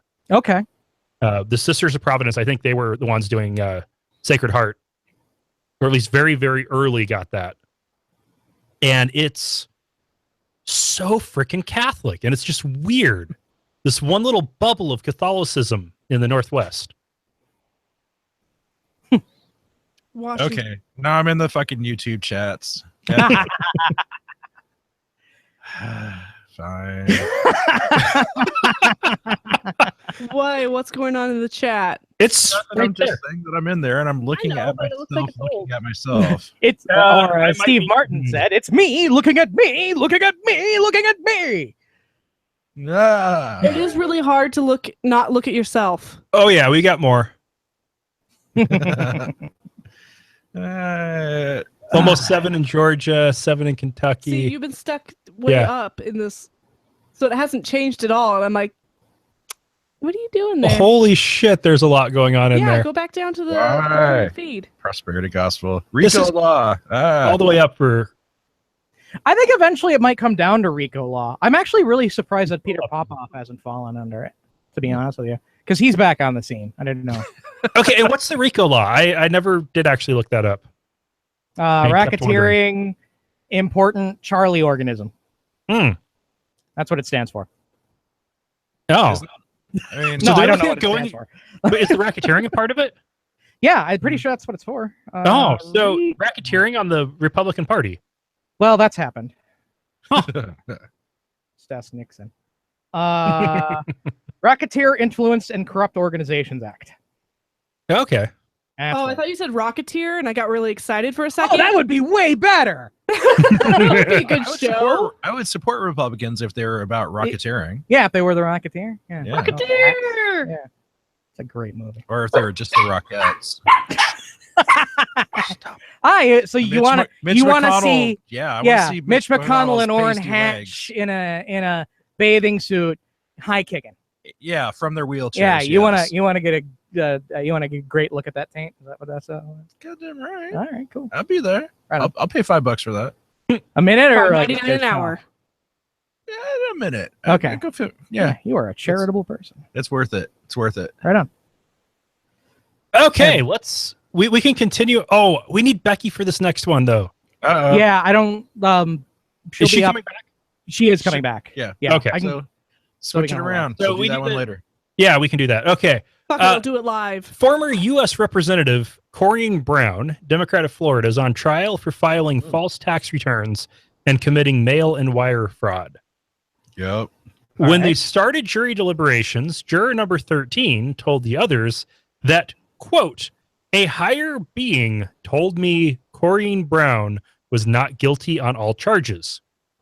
Juror number 8 sent a letter to the judge about this, and the judge dismissed juror 13.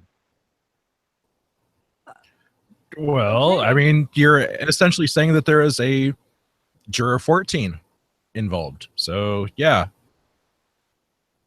Well, you're not making. If you're saying that you've received Gnostic information about the guilt or innocence of the person undergoing a trial, the defendant, then you were announcing that you're not determining guilt or innocence based on the preponderance of the evidence. Yeah, so not the that's evidence.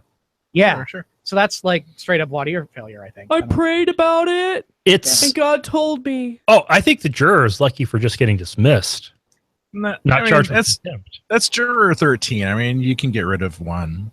So that's true. Well, juror If number you're gonna get rid of any, 13. then get rid of 13. You suck. I think the juror numbers are assigned early and not necessarily redone. And the only juror numbers we have from the reporting on this is 8 and 13. There's only 12 members of the jury. yeah, but They're now pools short usually a go- juror. I'm sure a pool for this case would have went out to like 40, 50, 60. Mhm. There would have been a lot. So no. It's U.S. District Court. You did get renamed, at least in my experience, at Superior Court in my county. So if they do rename them, then they'd already dismissed one of the 12. And they'd already moved on to 13. And then that guy effed up. And that guy effed up, so they're going to need number 14 to get them back up to 12. Yeah. Yeah. Oh, I do so- think it's funny that it's Numbers. juror 13 that screwed up. Who's Really? crazy? You're going there? I am going to go there since our episode 13 was, I had predetermined the name. Luck has nothing to do with it.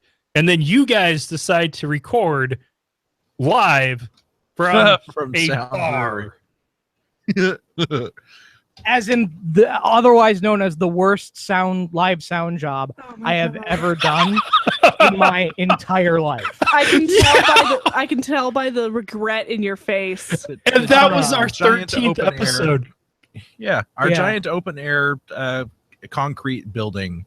Go figure, with like lots of people around. Yeah, you know what was actually, it was worse than the time that Radio versus the Martians recorded holy cats, recorded an entire episode in this room, and the recordings were flatlined.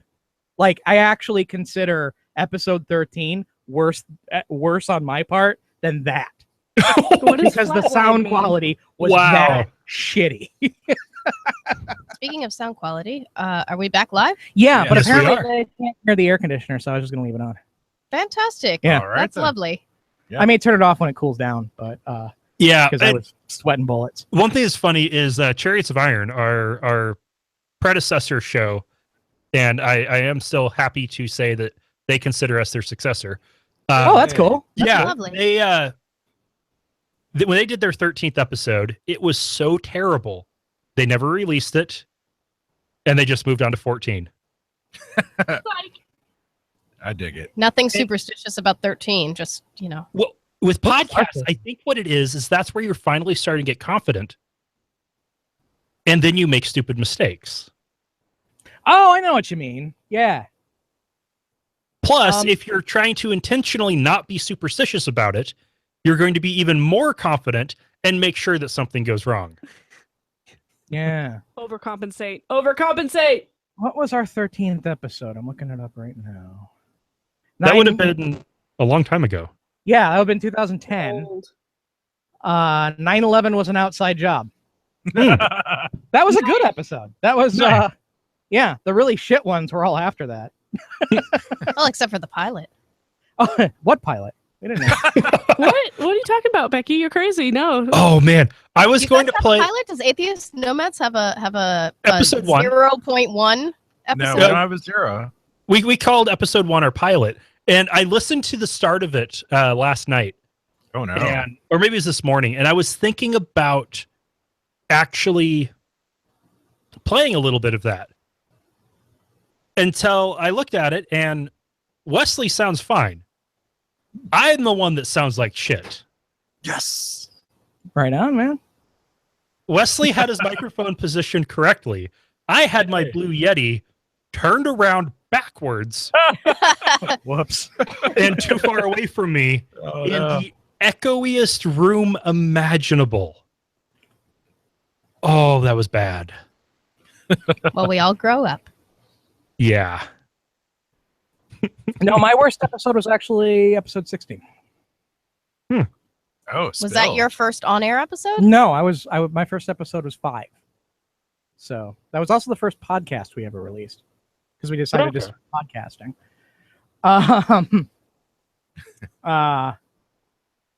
Actually, I don't know. Maybe the event was the worst episode we ever did. I don't know what the worst episode we ever did. Actually, the 200th episode might be in the ranking.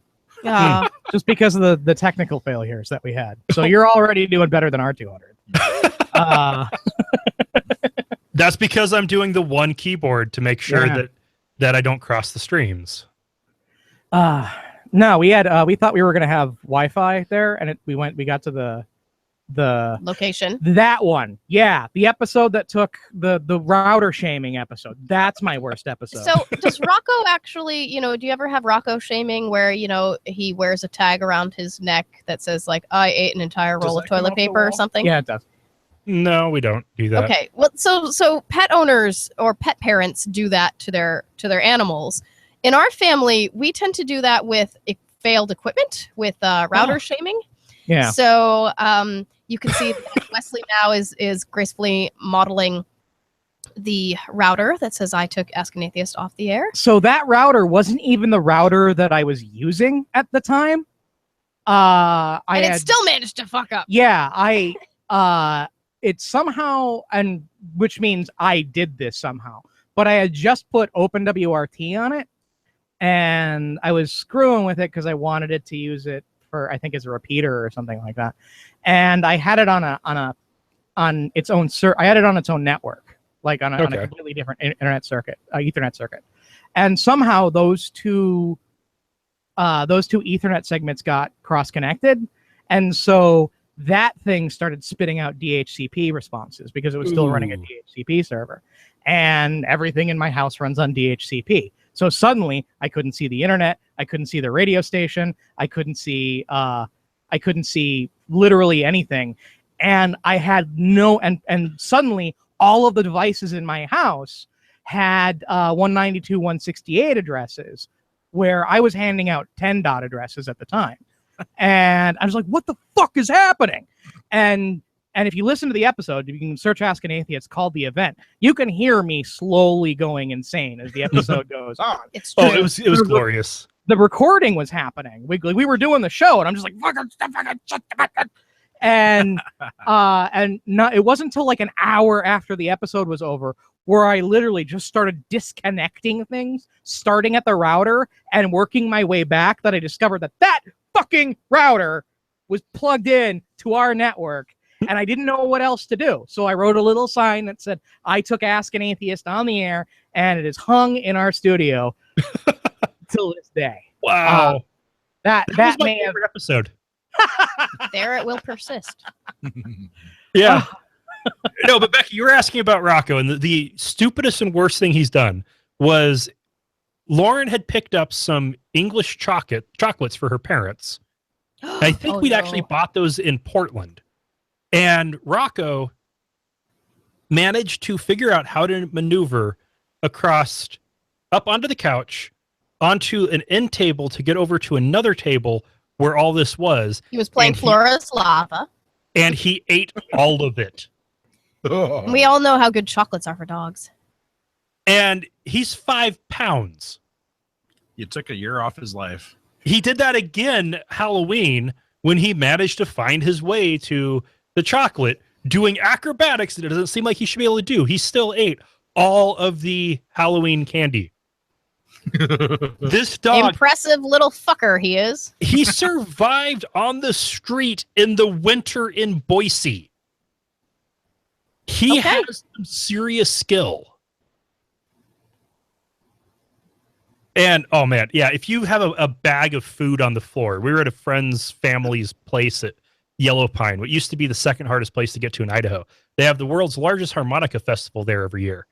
And we had Rocco with us, and he managed Is it the world's largest festival about harmonicas, or is it a festival about the world's largest harmonica? Large harmonica. The world's largest harmonica and kind of bluegrass music. Kind of the direction they go. So there is an enormous harmonica, which at that point I think is called largest like festival. Oh, okay. Largest festival about harmonicas. I really want this towering, lumbering harmonica that like needs like them. Needs like one of the like fire giant bellows. Yeah, the bellows to be able to play it. It's yeah, like, that'd be awesome. honk. Our host had some food stacked in the corner, and Rocco managed to get into that corner and eat into all the bags of food. Oh, yay. He ate all the muffins. He's 5 pounds. He must have eaten his weight in muffin. It was crazy. I am told that I did that with plums when I was 3 years old. We had a plum tree in our yard. I am also told other things about that evening and the subsequent day. Okay, let's go ahead. So and you guys get happy back to be news. parents soon? Yay. No, it's exciting. Yeah. Sorry, Lawrence. I was Googling to see what the world's largest harmonica is, Oh. and I can't find it. I think at that point it's called a bagpipe. Or a pipe organ. No, that'd be the world's largest Zamfir. What, a pan flute? Yeah. No, literally like an 80-foot tall Zamfir with a pipe organ. Tokyo disappeared. Okay, on that note, it's time for our first break again, and then we will get back to some news. Atheist Nomads is proudly brought to you by Archway Hosting. Check out their low-price, full-featured hosting solutions at archwayhosting.com. That's ARCHWAY hosting.com. Hey, we're also brought to you by listeners just like you. Find out how you can become a patron at patreon.com/atheist nomads. That's patreon.com/atheist nomads. Superintendent Kent Medlin spoke at the Willard High School graduation in Missouri, and according to students, and I'm going to read a number of quotes here. He asked students to stand up and pray as a Christian, quoting the Bible numerous times throughout. Many students felt extremely ostracized by the situation when choosing not to pray.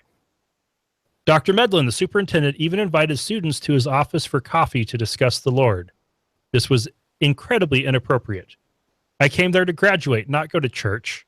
It kind of ruined the rest of my night. That was the last night of my high school experience, and he chose to talk about religion instead of graduation.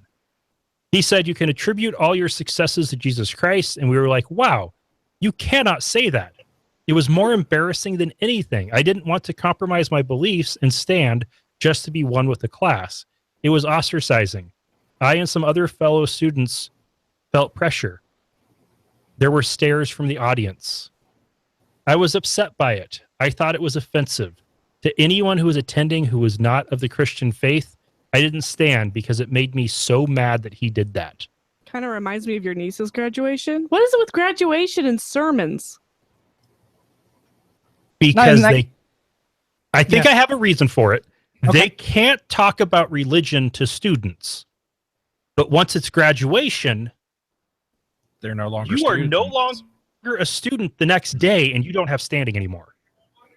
So you don't have standing on which to sue. But how about all of the how about the pep band that's playing the graduation march, Pomp and Circumstance? How about the junior class ushers that are there in their white gowns accompanying everyone else? How about the teachers that in their public school governmental job are now subjected to sermonizing?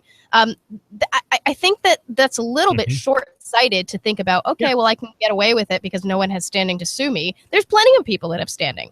And one of those people need to sue. Yeah. It keeps on being the actual seniors, the graduates, who are complaining. Everybody else needs to complain. One of those seniors needs to get his or her little brother or sister to sue. Aw, it would be family bonding. It would be nice if a teacher would sue, but they'd lose their job. Yeah, that's a thing, especially a you superintendent doing it. Yeah. And even if you don't lose your job, there's plenty of ways that you can be penalized Miserable. for something. Oh, we're going to actually give you classes that you're unsuited to teach so that you'll get bad performance reviews within a year and we'll have grounds to fire you. Or we're going to administratively move your classroom every single year. Oh, and we need you to fill a position mid-year, and so we're going to administratively transfer you to a different school site. Oh, it's clearly only about our school needs and staffing needs. It has nothing to do with the fact that you were, someone being a whistleblower. Oh my God, you just like totally blew my mind with how terrifying being a teacher can be. It's if you don't have good union backing and support, which many states at this point don't, and even strong union states, there's not many ways around it. I mean, there's many ways around the technical whistleblower things and not being subject to being penalized for unlawful conduct on the part of your superiors. And then the other side of that is you get this is not just education, but this happens in a lot of places with whistleblowers, is you get booted around like that, and either they finally fire you for lack of performance or you just give up. And if they know who you are, you go to all the other districts in the area and you're going to be that teacher. You're going to be that squeaky wheel that's going to give your leadership a hard time. And you're just not going to get hired, despite any backing you might have from the union. Yeah. After my niece's graduation a few years back, it was their 8th grade science teacher who gave a wonderful sermon. And from a public school? From a public school.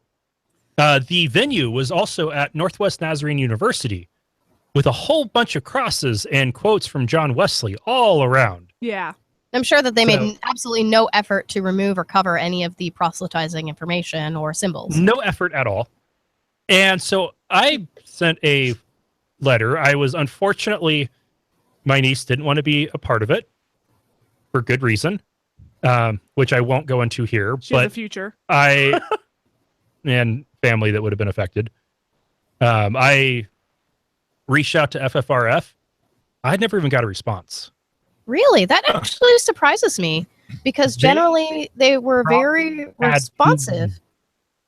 Yeah, that time of year, they're probably getting tons of complaints about graduation speeches. And they were probably looking for what are the best ones where we could actually have standing.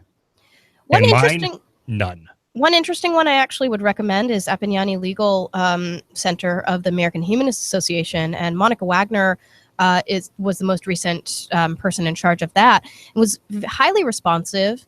in saying these are the avenues that we could, explore going forth. You don't have to. This is how you keep your name out of this. This is who we can advocate on behalf of. We can look at cease and desist. We can look at suit. Always trying to go with the easiest, the least painful, least intrusive ways, like usually a letter from a lawyer, and then a cease and desist request, and then maybe a civil rights compliance complaint before suit, right? So, And what center is that? That's Appignani Legal Center from the American Humanist Association. But FFRF was also responsive to us too with certain questions and things like that. So. Oh, they were responsive with me with my other niece. She was at a middle school in Grants Pass, and there was a pastor who was coming once a week for lunch. The lunchtime supervisors. And he was working that summer with a raft company and was our shuttle driver, and talked to us all about how excited he was to get to see my niece at school that fall. Right. At lunch. And that's not creepy or nothing. Jeez. I contacted FFRF, and I had a call from one of their lawyers within like 2 hours. Like they jumped on it enough. It wasn't even the lawyer covering the Ninth Circuit. It was one of the other ones saying, okay, I want to get all of the information on this, and then we will get it to the right person because we need to move on this. They jumped on it, and the school district banned him. Nice. Within something recently happened within the Tacoma Public Schools where you have lunchtime monitor volunteers. Those are, individuals from the community that come in and help kids, remind them to throw away their trays and different things like that. And it can be parents, it can be anyone that, passes a background check. And in Tacoma, it was actually a network of pastors, and they were found to be doing, Bible study and proselytizing during lunch that was inappropriate. And the Tacoma Public Schools said, no more pastors shall be our lunchtime monitors. Yeah. Yep, this was a lawsuit waiting to happen. Good for them. Yep. All right. We are going to take our second break now, and then we're going to move on to the most clear-cut First Amendment violation ever. We love hearing from our listeners. You can email us at contact@atheistnomads.com, tweet us at atheistnomads, send us a message on our Facebook page at facebook.com. Sam, that was the quickest I could Or do. better yet, call us and leave us a message at 541-203-0666. We might even play it on the show. You can also help us out by leaving us a review on iTunes, Stitcher, or your In the podcast chat room, we're directory all of choice. talking about how awesome you are right now. Yeah. So, getting you- you guys have a little mascot there? Oh yeah, it's my puffin. Is that okay? It looks like I'm like it's not a penguin. No, it's definitely not. It's a puffin. Northern. Yeah, if you look at Nice. if you look at my Patreon welcome video that I did a year ago, it's sitting right there in front of the camera, and I haven't moved it since. It's been there. Jonathan says that it really brings the room together. Nice. Oh, puffin. All right. FFRF and the ACLU are both pressuring the state of Florida to stop its annual Florida Faith Symposium, co-sponsored by the Florida Department of Children and Families, the Florida Department of Juvenile Justice, and the Florida Faith-Based and Community-Based Advisory Council. That's 3 different Florida state government bodies. Wait, what's that last one? The Florida Faith-Based and Community-Based Advisory Council. Oh, so the Department of Violating the First Amendment then. This would be the Department of spending the money Bush wanted or set aside to give to churches. And that Obama continued. Yeah. And that Obama continued, and I'm sure Trump has continued. Thanks, Obama. This Looked at it because nobody knew how complicated that shit could be. This event is described as bringing, quote, together more than 500 faith and state government leaders. The symposium includes invocations, speeches, workshops, and other programming that promote religion in general and Christianity in particular. Boo. Okay.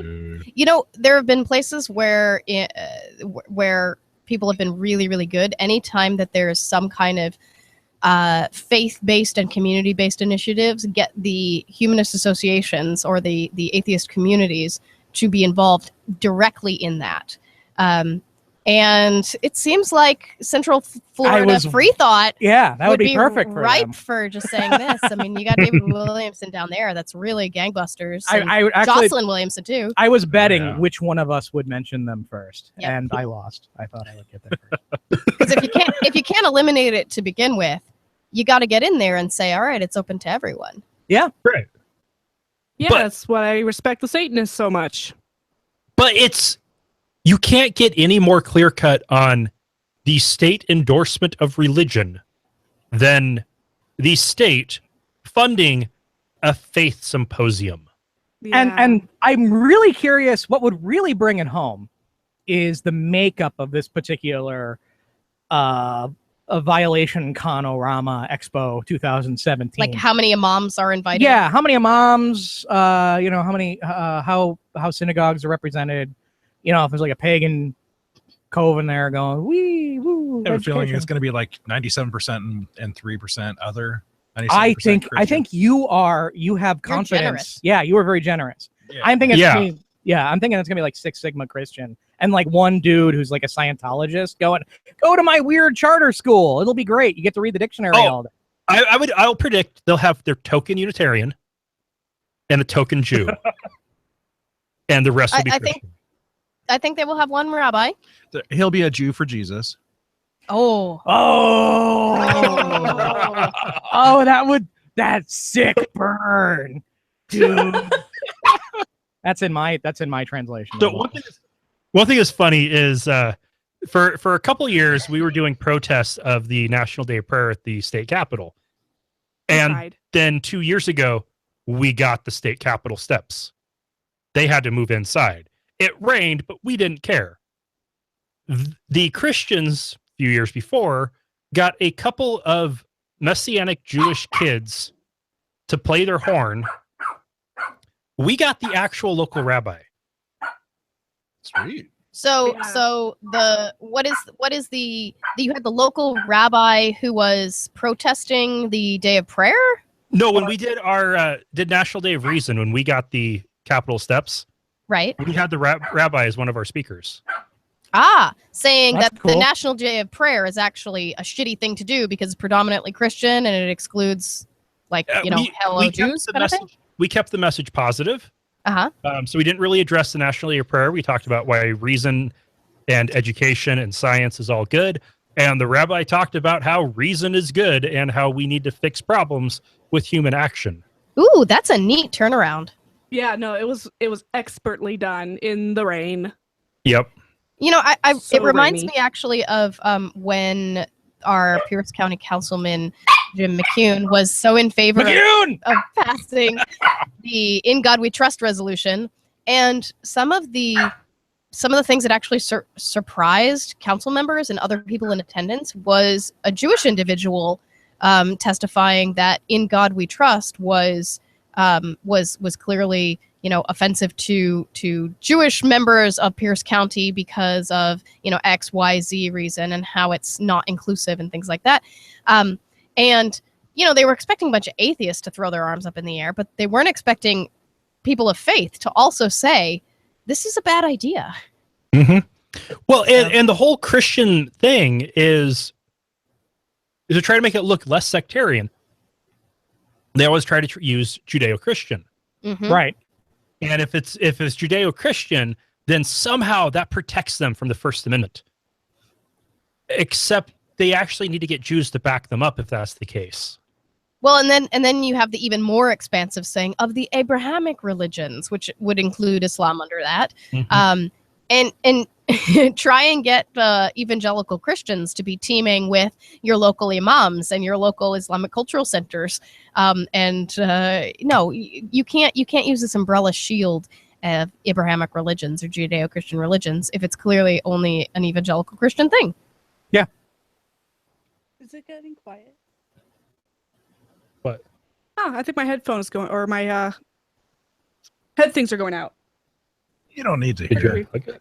It's getting quiet. Can you not hear them? No, I can hear them now. Hello. Okay. Hi. Oh, there we go. It was You got a weird. dead set Okay. of cans. I could turn up the volume. No, but I did want to say, you notice how I've been getting up and taking care of the dogs? Yeah. This is what that parenting podcast would be like. Yeah. And just showing you that maybe. Yeah. Oh, it's probably a bad idea. It's just Okay. it's an idea because having podcasts is like bothering children. It seems like more is easy. Well, when you move to Washington, you can just get the dog stoned, and then you can do the podcast. Did you like my joke, Lauren? Yes. Which is why I shook my head with the look on my face. Like, what? And you missed the joke here about when you moved to Washington. Yeah, Mhm. when you move to Washington, you can just hotbox the dogs and get them stoned. Then No, we didn't miss they won't the have to joke. work. Oh, the dogs. Good. Okay. Not the baby. Not the baby. I thought you were talking about the baby. And no, we did not miss that joke. At least I didn't miss the joke. I did. I chose to ignore it. Oh, shut up, Wesley. Quebec it was provincial law exempts churches and parishes, or manses as they call them, church-owned housing for ministers, in other words, from paying municipal taxes. The city of Montreal has changed how they interpret this in recent years. So now if a space is being rented out to other groups, or if it's not currently being used for an explicitly religious purpose, they have to pay taxes. This is particularly tough on churches that are closing down, since they have to pay taxes between the time they hold their last service and the close of the sale. Oh. So Well, this is too similar bad. to our parsonage law in the United States, where the housing for your pastors or ministers or rabbis actually get to be tax deducted. Right? Yeah, which is Mhm. how you get Benny Yeah. Hinn. Yeah. Literally. And actually, this is a little bit different one, because the parsonage rule for the U.S. is pastors paying for their own housing. There are parish housing for pastors in some places. Catholics are especially big for this. Yeah. Where they're just straight up tax exempt. No property taxes. I like the idea of churches paying taxes, but making like they're tax free, but you make them pay taxes after they've already failed. That's kind of a kick in the pants. That's just sort of, I like the idea of taxing churches, but that seems a little mean spirited. And if you're going to tax them, just outright tax them for the money that just they tax them straight up. Well, That's the way to do it. The city can't do that. It's No, against the city can't. it's against provincial law, so they Right. can't. I'm just saying that this little baby step is just kind of dirty. Yeah. Which Now- the problem is when you have a tax law like this that tries to equalize things and make them more fair, but you have this effect of the law where churches are only taxed, or sorry, the church's mansons or whatever they're called are only taxed when they fail. That is that's a public square loss. That's a marketing loss. Yeah, but Yeah. think of Churches can go and say, look, this law sucks so bad that we only get taxed when we're out of money. See how unfair that is? Repeal this law and do nothing else. And that's what they're saying. Yeah. But Okay. what's the percentage of taxes that is going to be coming down from the churches that are closing versus the churches that are acting as community centers or like places for local youth groups? And so that doesn't have an explicit religious purpose, but That's still, taxed. Yeah, that's taxed. Yeah. I'm just saying, So it's if you- not all gloomy. Right. It's not all kicking these churches down while So- they're down. It's also Yeah. You rent out a room in your church for scouts. That room is now taxed. Right. It And I think creates that's a great weird idea. situation where you're breaking up the building for tax purposes. then I think I'm it's okay with that. Yeah, I think it's a fine idea. The problem is they should have with a failure when you don't have proper exception code in your logic to handle situations like this, it makes it very easy to throw the baby out with the bathwater. Mhm. And that's precisely what religions are going to Right. advocate for. What And do then- you guys have against babies? Oh my gosh. You don't want to throw it out with the Hotboxing bathwater. them, Throwing them out with the bathwater. No, we're trying to prevent the throwing of the baby. But this is actually the fact that Quebec only has that is a huge step forward. One of my professors in the seminary, he was actually the dean of the seminary, was from Quebec. He was an altar boy as a child. He never said that he was raped, but he was an altar boy. Right. And he went by his middle name because his first name was the same name that every boy in Quebec had for a first name for about 3 years. What, Jean-Michel or something? Joseph, the French version of Joseph. Oh. Yeah, and all the girls had Marie for the first name because your birth certificate came from the church. Your marriage license came from the church. Yeah. Your death certificate came from the church. The church filled numerous official state roles, and in the 60s in Quebec, the Catholic Church was funded for those services. Wow. It was really interesting, though, because it was initially set up in Canada because Catholicism was the minority religion. And so it was a protection of a minority group of people that now has evolved into this privileging of one religious sect. Yeah. Now, that has since changed in Quebec. They no longer, they now have the city, county, parish, whatever you call it, and the province issuing your marriage licenses and your birth certificates and death certificates and all of that. But it took time. And I think that wasn't until the 80s that changed. Yeah. You know, it reminds me of under Francisco Franco in Spain. You know, he was the dictator that ruled from the Spanish Civil War up until, I think, 1975 was when he died. Every woman born in Spain had the first name of Maria. So that's why sometimes you'll see M and then superscript A with a little underline, and it indicates that that's it's not an honorific like Mr. or Mrs. or something like that. It's the name Maria. So you would have like 5 girls in a family, and then it'd be like Maria Eugenia, Maria Teresa, Maria Lucia. And so they would go, that's why also you get these combo names like Maite. Maite is a Spanish, girl's name, but it actually stands for Maria Teresa. You have Maru, which is a Spanish girl's name, but it's actually Maria Eugenia, Maria Eugenia. And so some people will go by their middle names, and some people will go by that combined name, the Maria. What was the thinking? Why did I don't know. Franco, I don't know what gets in the minds of dictators. I know why. This is Turkmenbashi level, like weird. Yeah. It's Catholicism. It's Catholicism. There's the same reason why they did it in Quebec. Okay. You had to be named after a saint.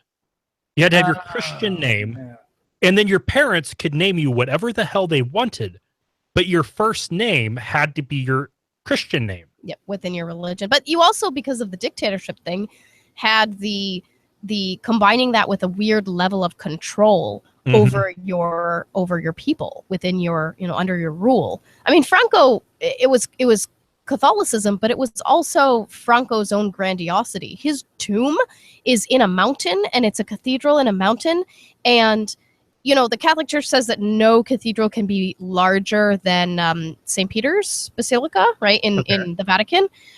Franco's actually is larger for his tomb. But in order to still have it be like a kosher, I know I'm mixing up my religions here, but like to be okay under Vatican rules, they put like, they put like, to be okay. Yeah. They put like another little entry vestibule in, so they don't start measuring the length of the basilica of Franco's tomb until like so many feet in. So it's just under St. Peter's, cathedral. Wow. It's also embedded into a mountain, and all cathedrals are cross-shaped also. And it was very weird. So yes, there's an element of Catholicism, but it's also a dictator's grandiosity. Wow. Fucking Fiend. And then General Franco put his picture on the bottom of every cup of yogurt. No, that's Turkmenbashi now. Oh man, so my past career was with a company as a subsidiary of a Spanish company, and so we got to hear lots of stories about during Franco's rule when they weren't allowed to do business outside of Spain. Yeah, you had all sorts of weird things. Tiny little company that was like they had to get permission from the government for every little thing they wanted to do. And then as soon as he died, they got to start expanding across Europe. And by 2000, they started buying out companies in America. Wow. Yeah. And now the question is whether or not Spain is going to remain a singular nation.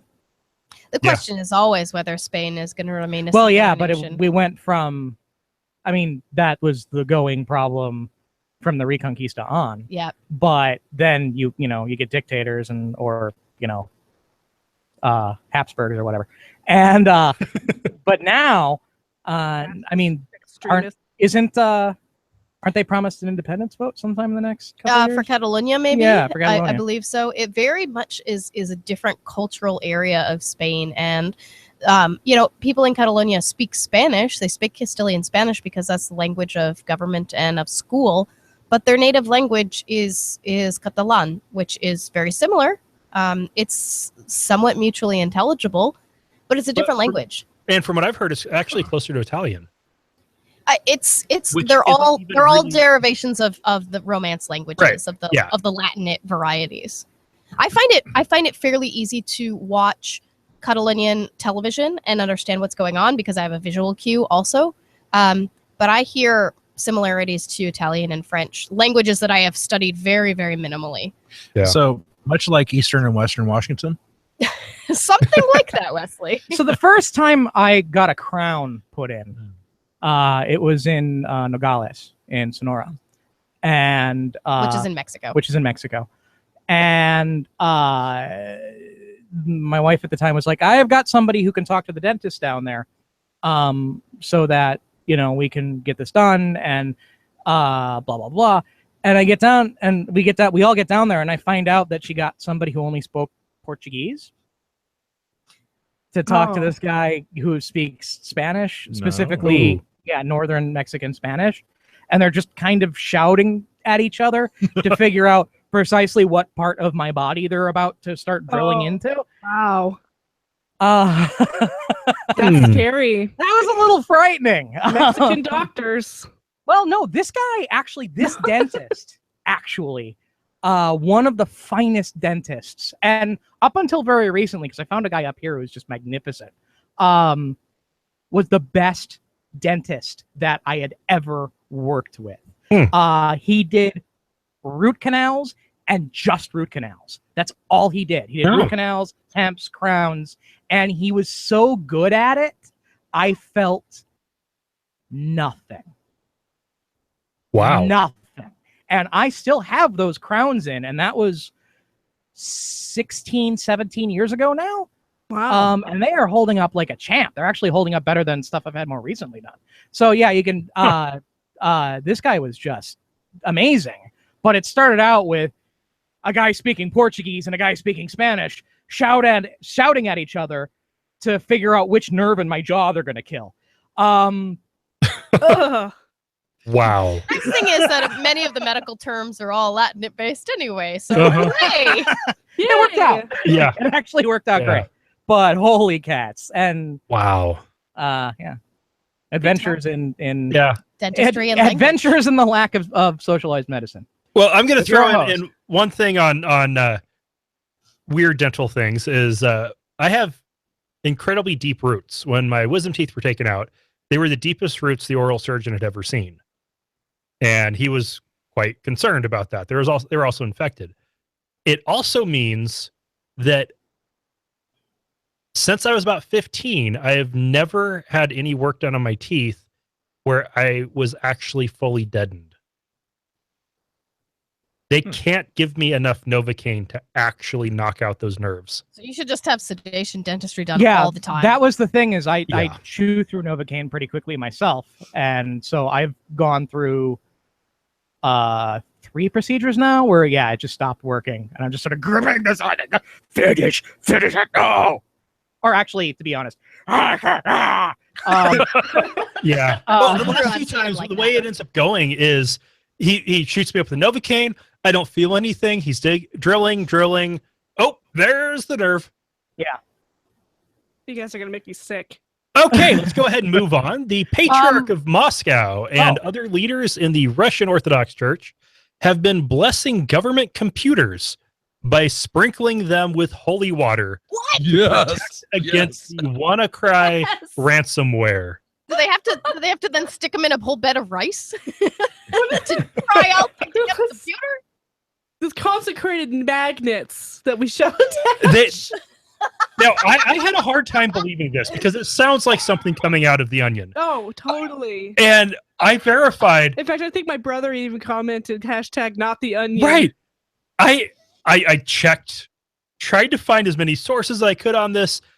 They all have the picture of the patriarch of the Russian Orthodox Church sprinkling holy water on their computer terminals, not on the actual, main PC itself.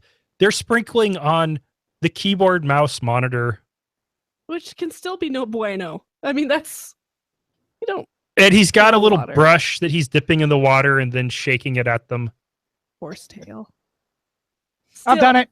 Headline was it's just worth cracking up over. I've done it. You've sprinkled holy water on your Not holy water. But back at my first internet job, and iridium urine? Somebody's talking about Basque in the chat. I really want to get back to that, but never mind. Back in my very first internet gig, I was still in high school. And we had a Spark 5, a Spark Station 5.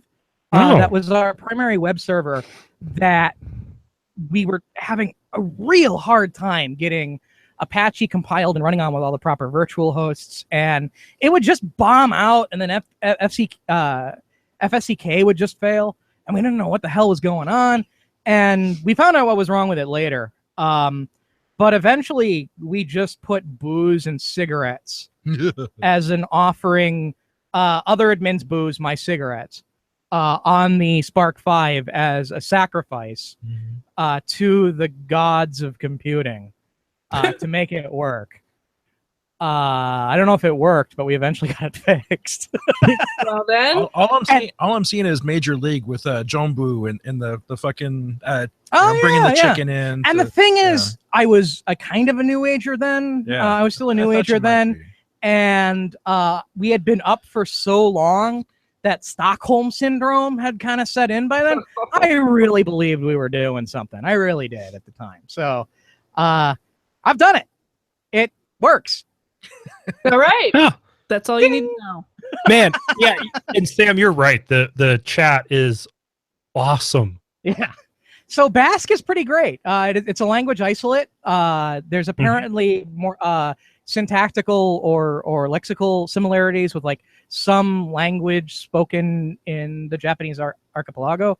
The martial art that I did was a Basque version of Savat. So it's I learned basically a language that developed in like a little tiny isolation. Yeah. Just all on its own. It's proposed by linguists that any similarities between Diné, which is the Navajo language, or the Japanese indigenous languages, kind of is that convergent evolution, right. That they sprouted up independent of each other, but having similar features, linguistic features. Right. That's crazy and awesome. We know all about the Basque. Yeah, we have Basque Quarter here in town. I was going to say, one of the places in the United States where Basque is most spoken is right where you guys are. Yep. Boise to Elko to Jordan Valley. This is a little Basque triangle. It's pretty cool. And we actually have their big festival that they have every 5 years. Every year it switches to a different major Basque community. And so we host it once every 5 years. So this is not the Harmonica Festival, right? No. Jeez. All I got to know is the food good? Oh, the paella. Oh, it's amazing. The food is amazing. All right. Oh, I just love saying Basque nationalists, though. Yeah. And what's funny with the Basque Quarter in town, we have a lot of goicochillas. there's here. a couple restaurants, and they call it the Basque Quarter or Basque District. It's two sides of one street for one block. But they have a mural. Yeah. Murals are nice. Pretty cool. Murals are nice. Whereas they have a museum. Most of the Basque here have either fully integrated in, like one of my nieces is descended from Basques in the Boise area. The rest of them are herding sheep around the foothills. Yeah. with their Great Pyrenees dogs. They're awesome. I love their little trailers. Pyrenees mountain dogs are amazing because they're like St. Bernards, except all white with a big black nose. It's so slobbery and so fluffy. Oh, man. So fluffy. For an amazing example, this is a tragic story. So it was about, a year or two ago, there was a Great Pyrenees guarding the herd of sheep in the Boise foothills, and a lone wolf came Allegedly. south, Don't believe fought the dog, and the dog died. Fought the dog. The sheep were all fine. Died. So that's what they're supposed to do. They're supposed to defend their Right. sheep. and did so very well. Those dogs are huge. Yeah, They're sometimes big. goat people will bring goats over to eat the grass on the property next to ours, and they always have the Great Pyrenees wandering around with them. That's I'm like, cool. oh, it's a big puppy, and they're like, yeah, don't touch the dog. Don't make eye contact. Don't just pretend it's not there. And I was actually born into a family that had the Great Pyrenees dog. The dog existed before I did, and so my only memories of being like 2 and 3 years old is being able to ride this dog like a horse. Yes, yes, they are Oh, big. I talked to the goat people once, and You should say the owners, the goat owners. Goat people sounds a little weird. I was gonna by go- the end of the weird. conversation, she was the crazy goat lady. Yeah, They were totally preppers who had stashes of food, guns, and money out at various points around in the woods. They had a cabin, I think 100 miles from Boise up in the hills, and they had trained their dog and their horses so they could open up the gates. The dogs would herd the goats, and the horses and everybody would all meet up at the cabin. Well, I've got a Warren Zevon song stuck in my head now. Or so they thought. Send lawyers, guns, and money. So yeah, I just have Jim Brewer stuck in my head now. Why? Goat boy. Oh, man. There's also a Bill Hicks thing. Actually, he called himself Randy Pan the Goat Boy. And now in the chat, they're talking about Monster. Oh yeah, we talked about Monster a bit ago. Monster a long time ago. Yeah. You need to scroll up. Have I? I am he has scrolled to up. keep reloading the page. Okay. Yeah. I and don't. he's only just the figured that chat will out. continue if you press stop on the video. That's what I've been doing because my Oh. internet isn't fantastic here. Yeah. So energy drinks. Have I talked about my idea for an energy drink though? No. It's because I mean. Is it booty sweat? I drink Monster because it's a vector for caffeine and sugar, and that's it. I mean, Mountain Dew made it, didn't they? I don't know who makes it. But it's also Yeah, it was Mountain Dew back in the day. because it's got a bunch of other crap in it that may or may not do anything. Sure. And Taurine. so taurine, which is apparently good for dogs, but kind of pointless for people. B4 and Yeah. guarana extracts. Yeah. So you have and the FDA would never let this go, but it's called Experiment Energy Drink, where it's caffeine, sugar, and one other ingredient, and you don't know what it is, and then you go to a website and report how you were affected by it, and then Sure. once you submit your report, you can be told what it was or whatever. Just cause. Wow. Just cause Huh. the look on your face, you're like, that sounds fun. An No. idea I had, yeah. I did energy drinks for quite a while, and then I stopped. And the last time I had one was driving from Boise to LA in one day. We got to Mojave, and I felt like I'd had 10 drinks. Mhm. I was so road weary, and we pulled off. I was kind of white knuckling in the passenger seat. Yeah, we pulled off. I downed a Red Bull, and then I was ready to rock and roll in LA traffic. Jesus. Yeah. I'm never ready to rock and roll in LA traffic. Never, ever. I'm not ready to rock and breathe in LA. Oh man, It with does the smell funny. with the Jetta stick shift, that TDI stick shift, it is so much fun in LA traffic. My Yeah. sister Sounds like a fun drive. when me and my sister were still talking, she used to tell me about how she would get from San Diego to Seattle without sleeping, just nonstop driving, and it was a pretty easy way. Just meth. Oh yeah. Well, yeah, I'll that do would it. work. I did Chicago to Phoenix in 32 hours. That's pretty good. Once, and it was thanks to energy drinks and self-flagellation, actually. I'm not really joking. No, I understand. Yeah. I learned a trick from my dad, because my dad's a musician in Chicago. He'll do, he does some session stuff, generally works the bar circuit, and he also works during the day. And he had this one gig, it was like Thursday night at Gamblers till like 4 a.m, and he had to be at work at 7. So he had to go from work to, he had to go from the gig right to work, because Gamblers on the south side, we were in the northwest suburbs. And so what he would do, there is nothing safe about this. Never do this. Okay, this is years ago. We're all still alive. We didn't hit anybody, and it's a miracle that it turned out that way. But what he would do is he would roll the windows all the way down in the winter, summer, didn't matter, and just scream at the top of his lungs for at least 5 minutes. Yeah. And then he's like, yeah, and you'd be surprised. Like get some blood pumping. People would look at him funny because you get a Doppler dad going. Yeah, on. Doppler dad. But that's what I did. Like right around Tucumcari, I'd just knock all the windows down and and it got me to Albuquerque before I said, fuck it, need to sleep. So I got a 4-hour nap, and that took me to Navajo County, where I had an hour nap, and then I made it all the way to Tempe. Shit. Wow. One time I did a road trip between Idaho Falls and Boise. It was a whole 300 miles, people. And I had to take 4 naps. It was so bad. I was so fatigued that every 70 miles I had to stop and I'm not always like that. Yeah. One time I had to drive to Becky's work, which is 10 miles away, and I had to nap 5 miles in. Yeah. I'm not always mountain man, driver man. I got my bad day. Yeah, so I drive on trips. Yeah. Yeah. I don't drive anymore. We got a few comments from Lauren's brother on Facebook. GIF. Just out of the blue. Hashtag clickbait. Oh God. And oh my God, the screenshot for the video is nothing but cleavage. Okay, looking at that screenshot, there is hardly any cleavage. GIF. Thanks. GIF, you know your sister. I got titties. She's cleavaging for 2 now.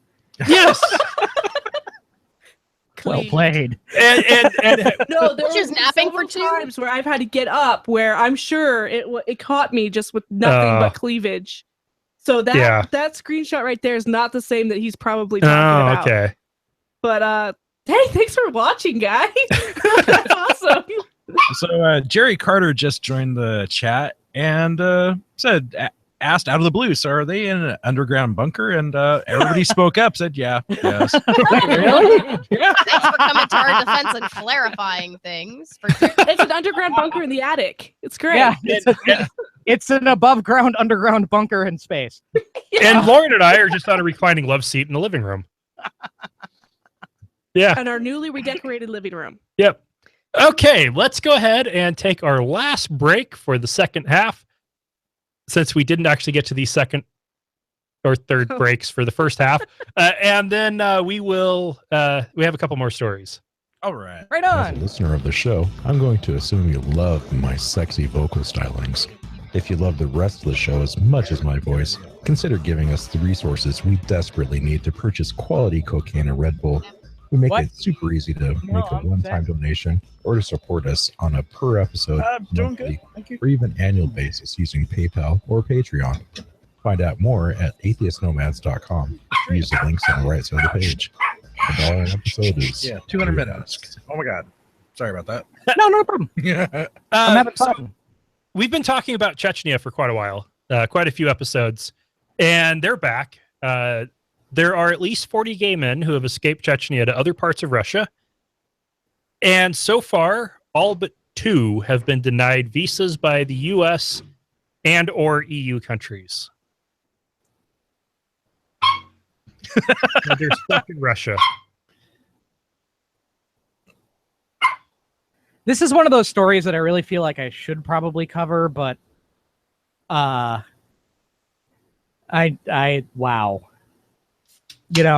It was a time I think I stopped I started saying on Ask an Atheist, I can only talk about murdered Bangladeshi atheists for so long before I just want to jump off a bridge or something. Mm-hmm. And okay, that might be a bit too strong, but whatever. But I've been reading about that a lot, and you guys have been talking about it, and this is just nuts. And it's getting lost because Trump. Right. And even the ones, this is, you can't call it a genocide because they're not going after an ethnic group. I don't know. It's a democide, genocide. It's a Holocaust. Yeah, well, that's true. Yeah. They're trying to completely annihilate all of the gay men. Lesbians will probably be next, bisexuals after that. But just like the Holocaust. The one, not this one. This one counts as one. I'm going to shut up now. It's insane. It's gotten so little attention. It's gotten so little attention that is actually, I keep wondering, is this even real news? Right. But there's just enough to it, and it's reported by just enough sources, and it's one of those stories where the odds of this being fake is low. Which is really, really unfortunate because I was really hoping this would be fake news.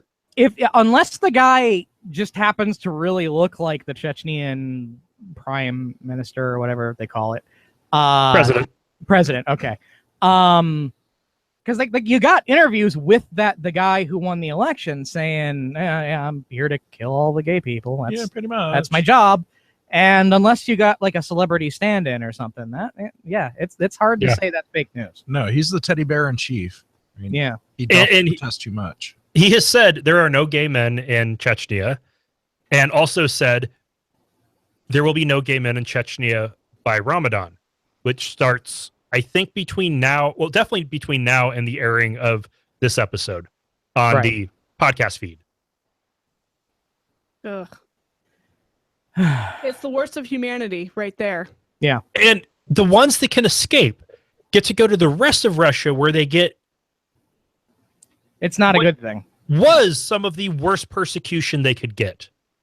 And now the rest of Russia is persecuting the gays light. Huh. How the fuck have we gotten here? By allowing gay marriage in the United States, I'm sure some people are thinking. Well, people talk about pendulums. Pendulum swings one way, pendulum swings the other way. I've never always held with that because that seems a little supernatural for my tastes. But I mean, sociologically speaking, that happens. Yeah, it does psychologically. But let's not pretend that Chechnya has ever been particularly stable or nice. Right. Yeah. Or they've been fighting a civil war for almost 30 years now. Right.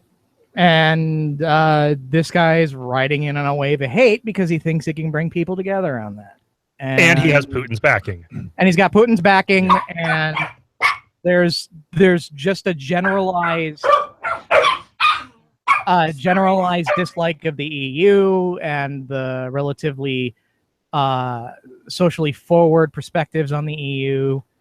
And then you've got that whole Muslim immigration refugee. Mm-hmm.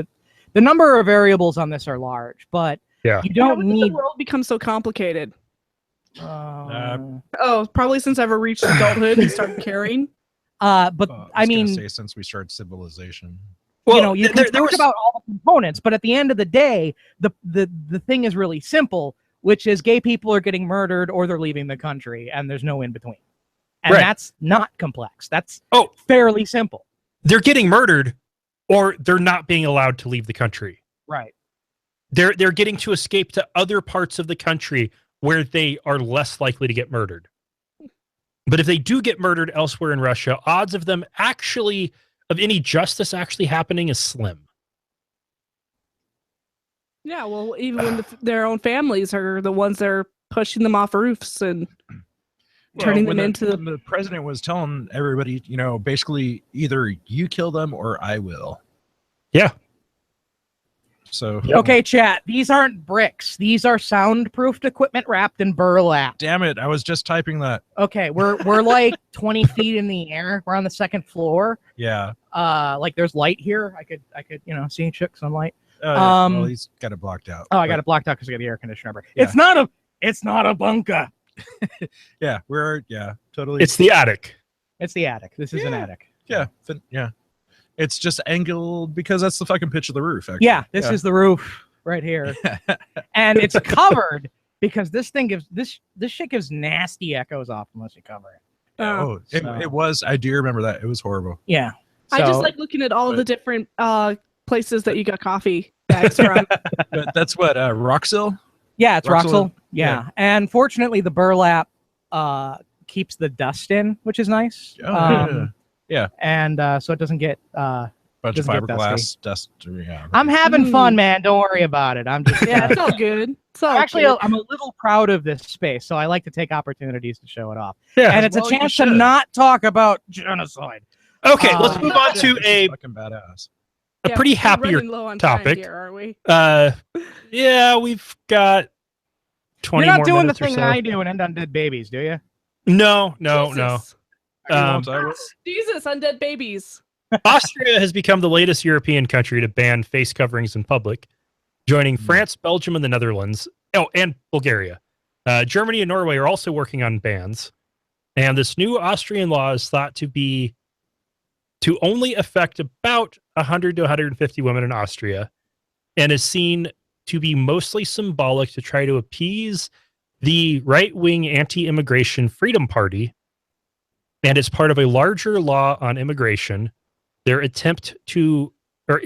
integration, their attempt to maintain the ruling coalition and address the ongoing refugee crisis.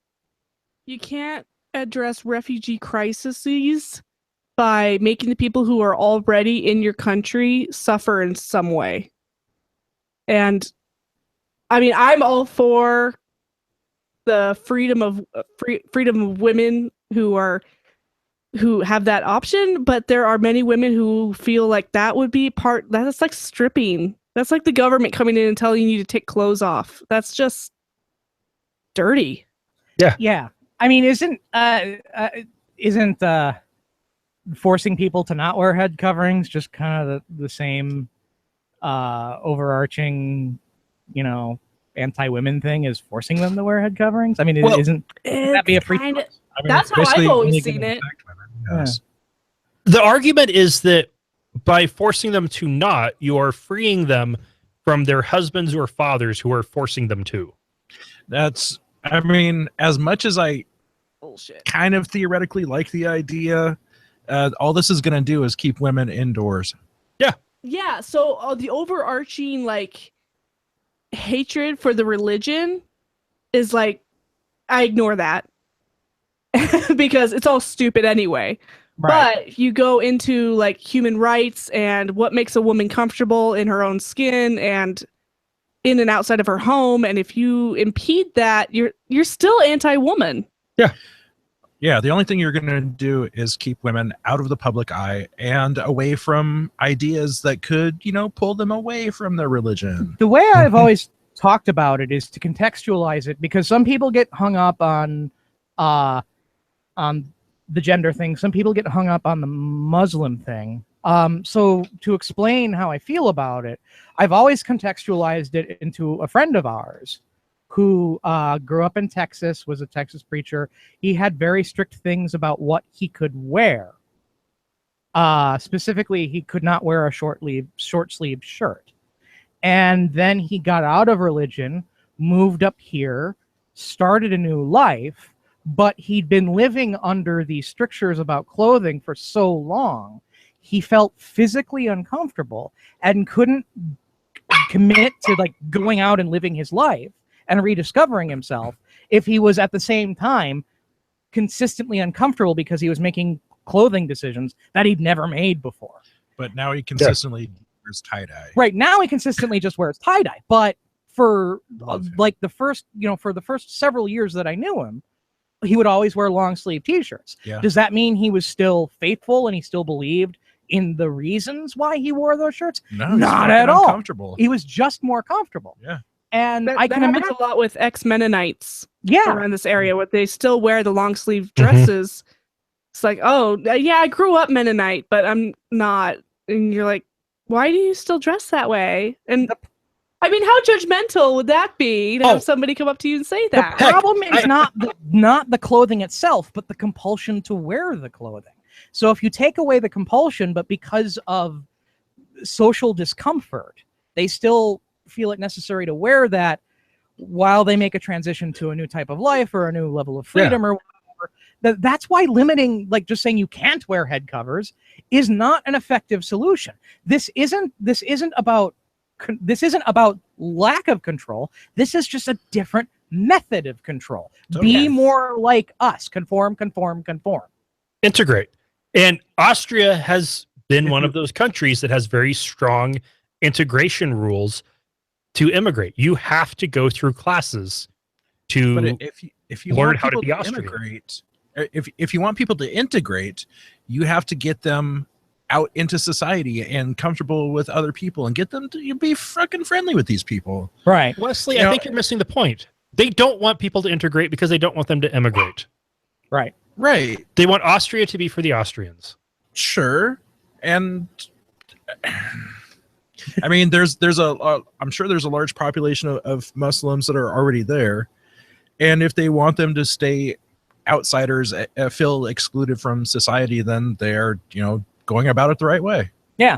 Like, I want to live in a world where if you want a headscarf, great, do it. If you want to wear assless chaps all the time, awesome. If you want to dress up like Lord Humongous, get on that. I like literally, to go back to like, there's like back in a while, this is how libertarians want the world, and this is how socialists want the world. Libertarians, it was Mad Max, and socialist, it was Star Trek Next Generation. And I'm like, honestly, that's not really accurate. I want Star Trek level technology with Mad Max uniforms. That's kind of what I want. There we go. There we go. Yeah, I mean, you could have a hellacious fucking spiky head. I mean, you could do that. Oh. Yeah. You're just right up there with Guinan and her, head hats. Yes. Yeah. As long as they ban Wesley sweaters. I want a future with hats. I don't know why everybody dumps in all the religious people for all their funny hats. I like hats, and I want a future with hats. Now, yes. Getting back to everybody to wear util kilts in at least one episode. To get back to the face coverings, the biggest problem here is actually not necessarily the effect it's going to have on women, even though that is a problem. It's that it's going to radicalize more Muslims and make things worse. Yep. They are trying to make sure they don't get Muslim terrorism by persecuting Muslims. And if you want to make people terrorists, if you have a group that already has that present, persecute them, back them into a corner, and they're going to strike. Yep. Smart. At least that's what we say, literally sitting on our couch. Hey, we're not backing anybody into a corner from our easy chair. Not wear what you like. Or don't. Come as you are. Yeah. I always say when a kid is out of dress code, I say, here's the thing. I care more about your brains than I do about your bodies. It's not my job to care about your body. It's my job to care about your brain. I'm going to get in trouble if you keep wearing that. I hate the dress code thing. I hate it at a social level, at an administrative level. Let people be comfortable in what they're comfortable in. Recognize that some people feel uncomfortable dressing one way because of social pressures. Try and alleviate the social pressures. Try and alleviate those things that make us think that instituting dress codes will change something. So I'm going to start a change.org petition because those work, right? Mm-hmm. Yeah. To get Becky to start an educational podcast. I think. A great example on how well those work is we've got one on the child welfare laws in Idaho to try to end the faith healing exemption. Oh. Yeah, that's gone absolutely nowhere. It's gone to Idaho when Oregon instituted their anti-faith healing child protection laws, and you had all the Oregon, nutsos that then fled to Idaho, and now you have your entire towns that have child graveyards. Yep. Yeah. I gotta jump in here for a second. Jerry, we said that it's okay if people want to wear assless chaps. Yes. And yeah, 5 years since wow, 5 years, and this is the first time I noticed your show. YouTube is endless as the universe. Yeah, we're a podcast first, so check out www.atheistnomads.com and subscribe or go to iTunes, YouTube, Stitcher, Google Play, Google Play. Yeah, pretty much anywhere. Yeah, we also have apps in both the Apple App Store and the Google Play Store for our podcast. It's just audio, but it's great while you're driving or working. Yeah. Yep. Feed your brain while you work, because we know you're not doing it at work. And we still have a little bit more time to cover. All right. About another 15 minutes, but we have one more story, and then I just won't end the random discussion. The Arctic Seed Vault was flooded by melting permafrost. Yeah. Now, fortunately, the seeds are all safe. The flooding was only in the entrance area. Okay. But this did show a major flaw since this was designed to be impenetrable. They were going to use the permafrost as a critical part of protecting it from climate change. From nuclear And climate change. And so they have now added some extra sealing. They've added some pumps. What's funny Well, is the pumps were already there. The pumps were in place, and this is a very long, slow ramp downwards, and there are pumps set to collect water for just this purpose. So, but this is like the first time that they actually had to use the pumps, really, and they've dug some trenches to help redirect melting permafrost away from the entrance, since it is literally inside of the mountain in the Arctic. That, after it melted, it froze again, and that going in there was like walking on a glacier. It's like, well, I think I've been there before. I mean, not that place, but Antarctica? no, not the Arctic. But I've been to. We had a freezer, minus 40-degree freezer that had a sprinkler head break. Okay. And it flooded. We had probably 100 gallons of water flow through that. All of the boxes of plasma bottles turned into ice cubes, and the floor had 3 inches thick of ice. That'd be fun to play in. Oh, when that thing, that was hell. And we were so afraid that after we got it cleared out, cleaned up, defrosted, and we turn it back on, because this was the third time those freezers had that happen to them, that they would literally burst from too much water getting into the seams. Yeah. We're lucky they didn't, but oh man, that was bad. Well, I think the solution is obvious for the seed vault, though. You need more than one, and there are quite a few. Yeah, there's some somewhere far north in Canada or Russia. I believe there's somewhere between 6 and 8 around the world. I think we need one at the L5 point too. What is that point? The one of the Lagrangian Earth Moon Lagrangian points. The problem there is the radiation. I still don't know what that is. You need shielding. It's a relatively stable region, 60 degrees ahead or behind the where the moon and the Earth and I'm not a science guy, but it's an orbital thing. Stop. But you wouldn't need much shielding, and you already have You already have materials on site, even if it's a carboniferous asteroid, to create suitable shielding for a seed vault, because it's the 5 point. That's what's there. So is the purpose of the seed vaults to protect from all conceivable disasters, like asteroid, from nuclear deployment, from just from pestilence, some sort of thing that could take out a crop? I mean, it's to be able to feed the survivors after the unthinkable. Okay. Assuming you can get there. Now, see, one spot that would seem to make it perfect sense, because there's 2 ways to get to the Arctic. You go north or you go up. Right. And you can get to Arctic climates. Why not put one in the Andes? That way you can get full spread around the globe. Physical issues. You have one of the faults that creates the Oh, the earthquakes. largest, like the 1960 Valdivia earthquake and stuff like that. I mean, the Andes are just what is Upthrust? Megathrust? Mega thrust. I mean, you got one plate going under the other one Yeah. to make the mountains. Subduction zone. Yeah. Thank you. That word. Should be fine. No, Well- earthquakes, that screws up pretty much all the mountains. Earthquakes or volcanoes. You wouldn't want to put it on top of Mount Rainier. It's going to erupt at some point. You do have, though, the Atacama Desert, which is the driest area of the earth, and often has places there. It is supposed that there are places in the Atacama Desert that have not had any disruption from anything other than wind in like 2 million years. Oh, wow. You also have landmines that were still there because of Bolivia and Chile and Argentina saying we want to landlock Bolivia. Fun fact.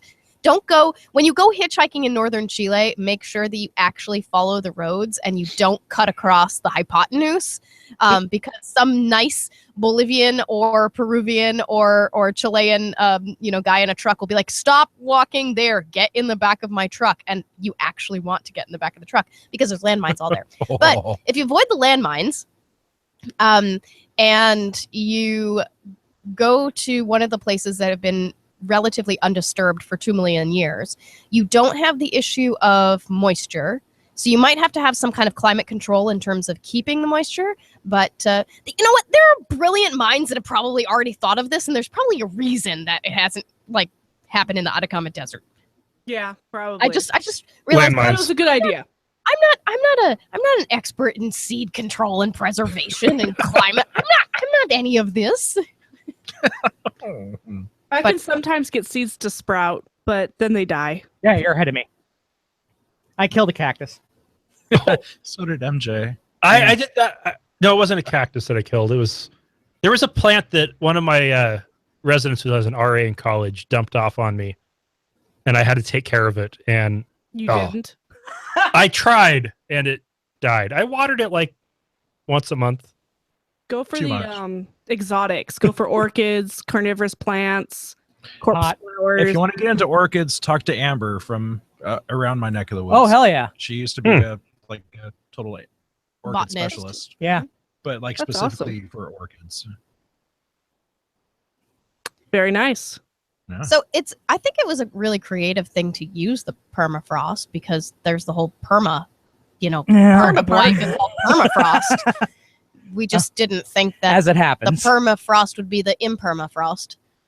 Yeah. Well, we also didn't think that was going to be a problem with where it was going to melt and release. What, methane deposits in the melting Russian permafrost? Mega viruses.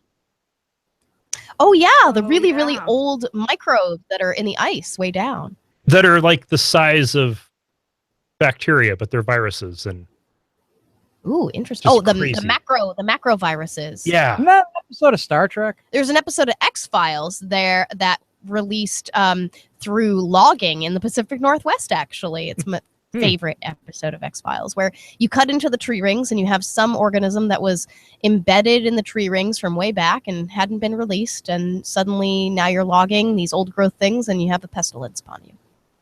Yep. So instead of trees and tree rings, we have ice cores.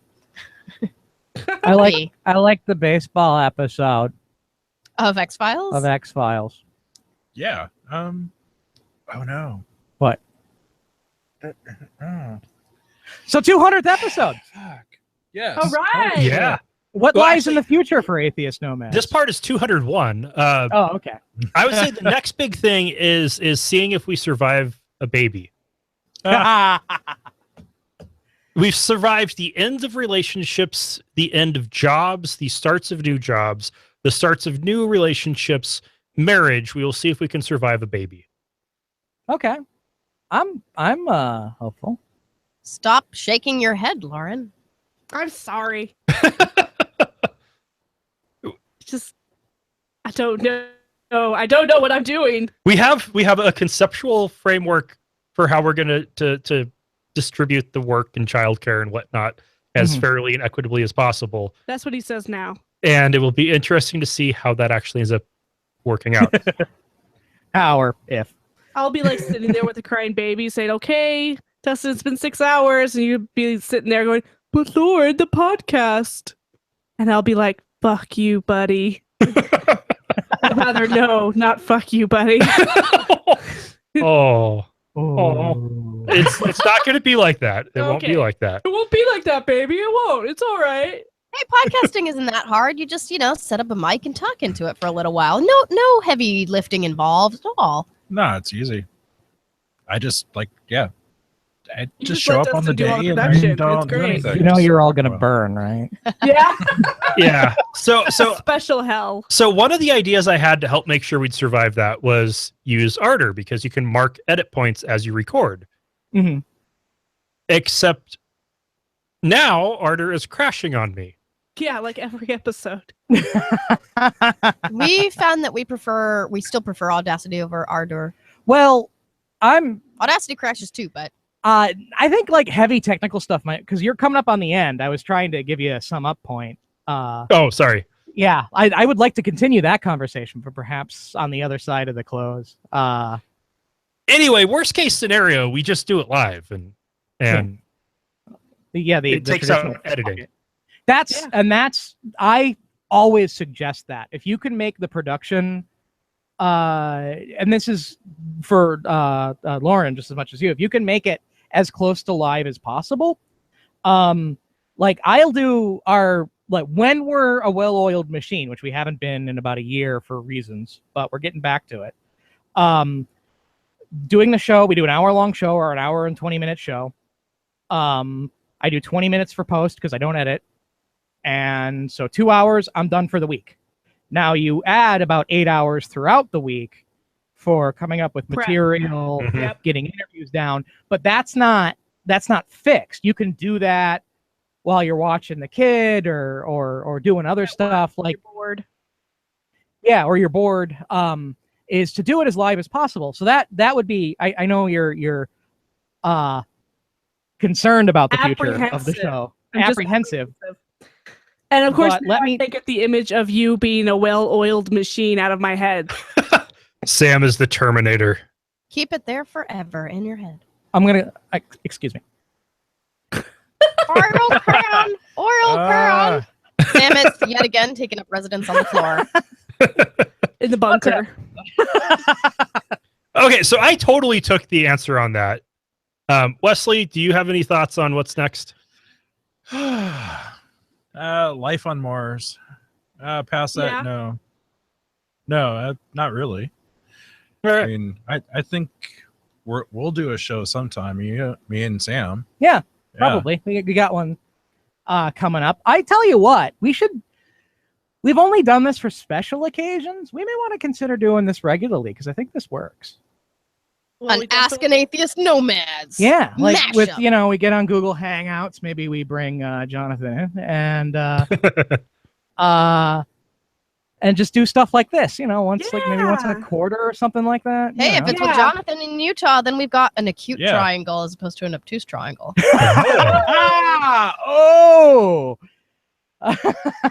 Maybe a isosceles triangle. Yeah, something like that. But it would still be obtuse.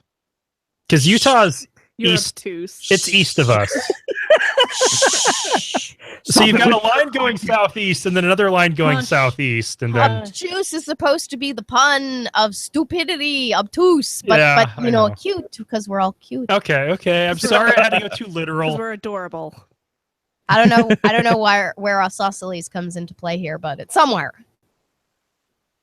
It's definitely not an equilateral triangle. But this is pretty cool. I had a lot of fun, and 200 minutes actually ended up going pretty fast. Almost entirely too fast, I think. It went exactly as long as 200 minutes takes, but it yeah, with the alcohol, it didn't feel like it. I am stone cold sober. Actually, no, with the alcohol, it does feel like it because now my bladder is full. Yes, that is always a drawback. All right, so are we wrapping this up? Mm-hmm. Yes. Okay. All right, so we have now, at this point, completed 201 episodes. Woo! And well done. Yeah. Thank you so much. To our supporters, thank you so much. You guys rock, and we wouldn't still be doing this without you. I mean, seriously. Seriously. He's like talked about quitting. If He's like, but I have listeners. Not for and the listeners are a huge part of it, but the people who actually give us money. Yeah, you're the winners. Seriously, if it wasn't for you, we wouldn't still be doing this. Burnout happens. It sure helps getting gear and yeah, it feels nice to be supported. It just feels relevant. I mean, money's nice, but just being supported makes me feel awesome. Right.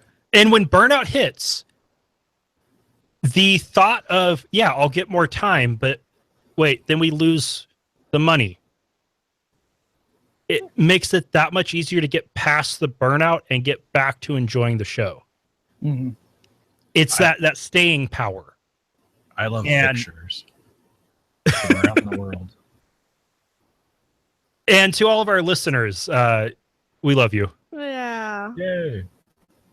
Especially the one that sends us change from his car seat. Oh, that's pretty awesome. Yeah. So sweet. Yeah. Fucking A. Thanks, Randy. All right. So I'm going to go ahead and play the intro and stop the live, or the outro, and then stop the live broadcast. All right. Oh, keep that won't end the hangout. Oh, don't worry, Sam. No, I want to, yeah, okay.